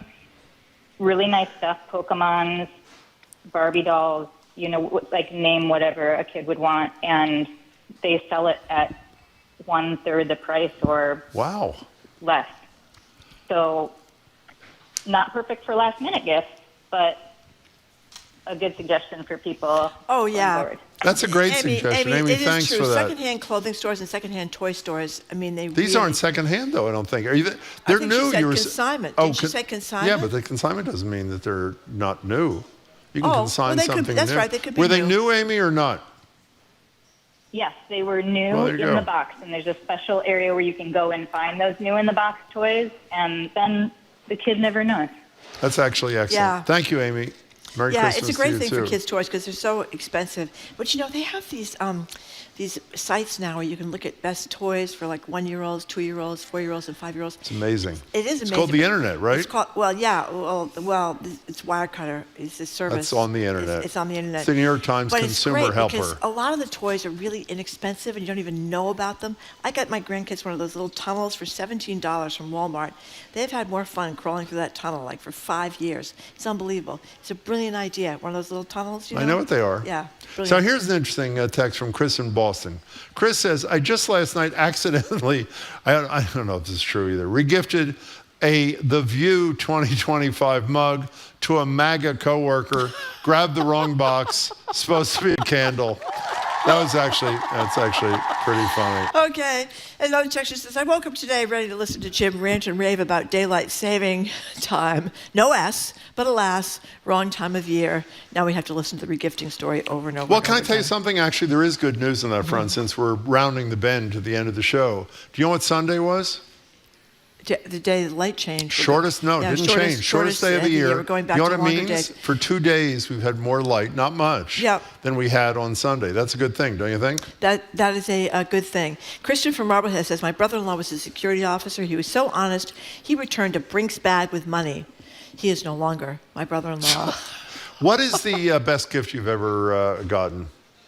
I hate when people ask that question. Certainly would be the Eton Crank radio, without doubt. Or the red wool socks. The red wool socks, they were great. Yep. They were great. And the cooker, the slow cooker thing. What do you call those? We call them crock pots. Crock pots, the slow cooker. Yep. 5 of them. Yep. No, I'm serious. What's the best gift you ever got? Oh gosh, I don't know. What's the worst gift you ever got? What's the best gift you ever got? I would have to say, and this is not just for you, when once a month you open an envelope and it's got a salami smiling back at you, doesn't get Jim, you go.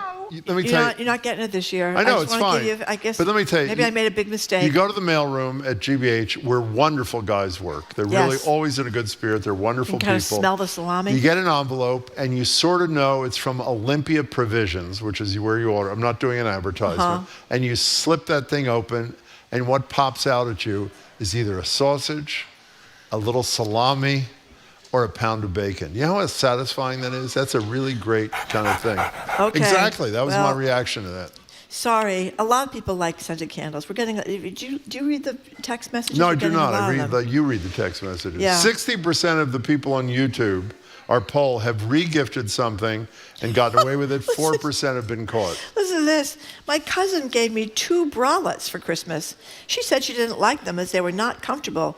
They were faded and worn with no stretch left. That was her Christmas present. What's a bralette? That's a bad sign. What's a bralette? I don't know. Maybe I don't know what a little bralette bra? is. I guess so. Or maybe when you're a young girl and you just... Like a training kind of thing? Maybe that's a training bra. I don't really know.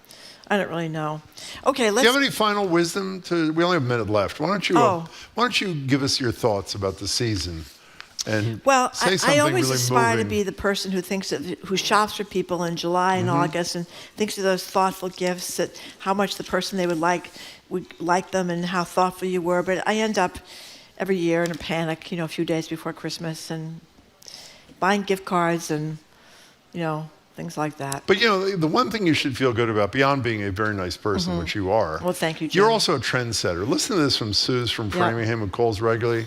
She says, I just drove in the bus lane to get here from the hospital. And would anybody have been inspired to do that were it not for your leadership I'm telling you, on the issue? If you don't see the bus in front of you, you don't see a bus behind you, there's no bus in sight. It's either that or sit in endless traffic. And I think that I'm not alone in driving in the bus lane, Jim. Okay, and now is when you say, We're done. You say thank you all for coming. Yep. To the people who are here. Yep. You say, listen tomorrow. An anonymous texter says, Harriet Heinemann, Jim's reaction is priceless every time. Have a great holiday, Jim and Marjorie. Well, thank you. It's You true love too. we're witnessing here. True That's love. hot. True love. He's never gotten over it. Okay.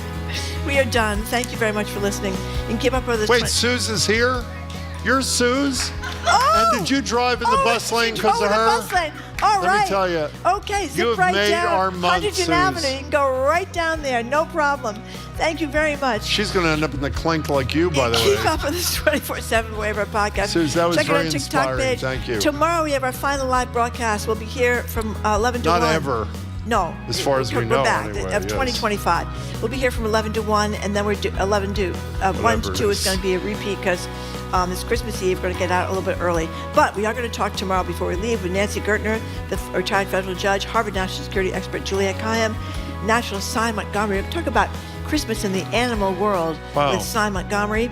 Our crew is Zoe Matthews, Aidan Collins, Nicole Garcia, Hannah Loss. Our engineer is John Claude Parker. Our executive producer is Jane Bologna. Special thanks to our BPL staff, Maddie Guy, Patrick Lally, Sandra Lopez Burke, Olivia Corsillo, our host of the Newsfeed Cafe and across the street at the Lenox Hotel. Stay tuned for an encore edition of The Culture Show, which starts right after we are done on 89.7 GBH. Did you thank them for coming? Thank you very much. Thank you all for coming. Down to the Boston You were Public great. Library. Really appreciate that. I'm Marjorie Egan. What is that sound? It's Harriet Heinemann. I'm Jim Cheering Browning. from afar. See you tomorrow right here at the Boston Public bye-bye. Library. Bye.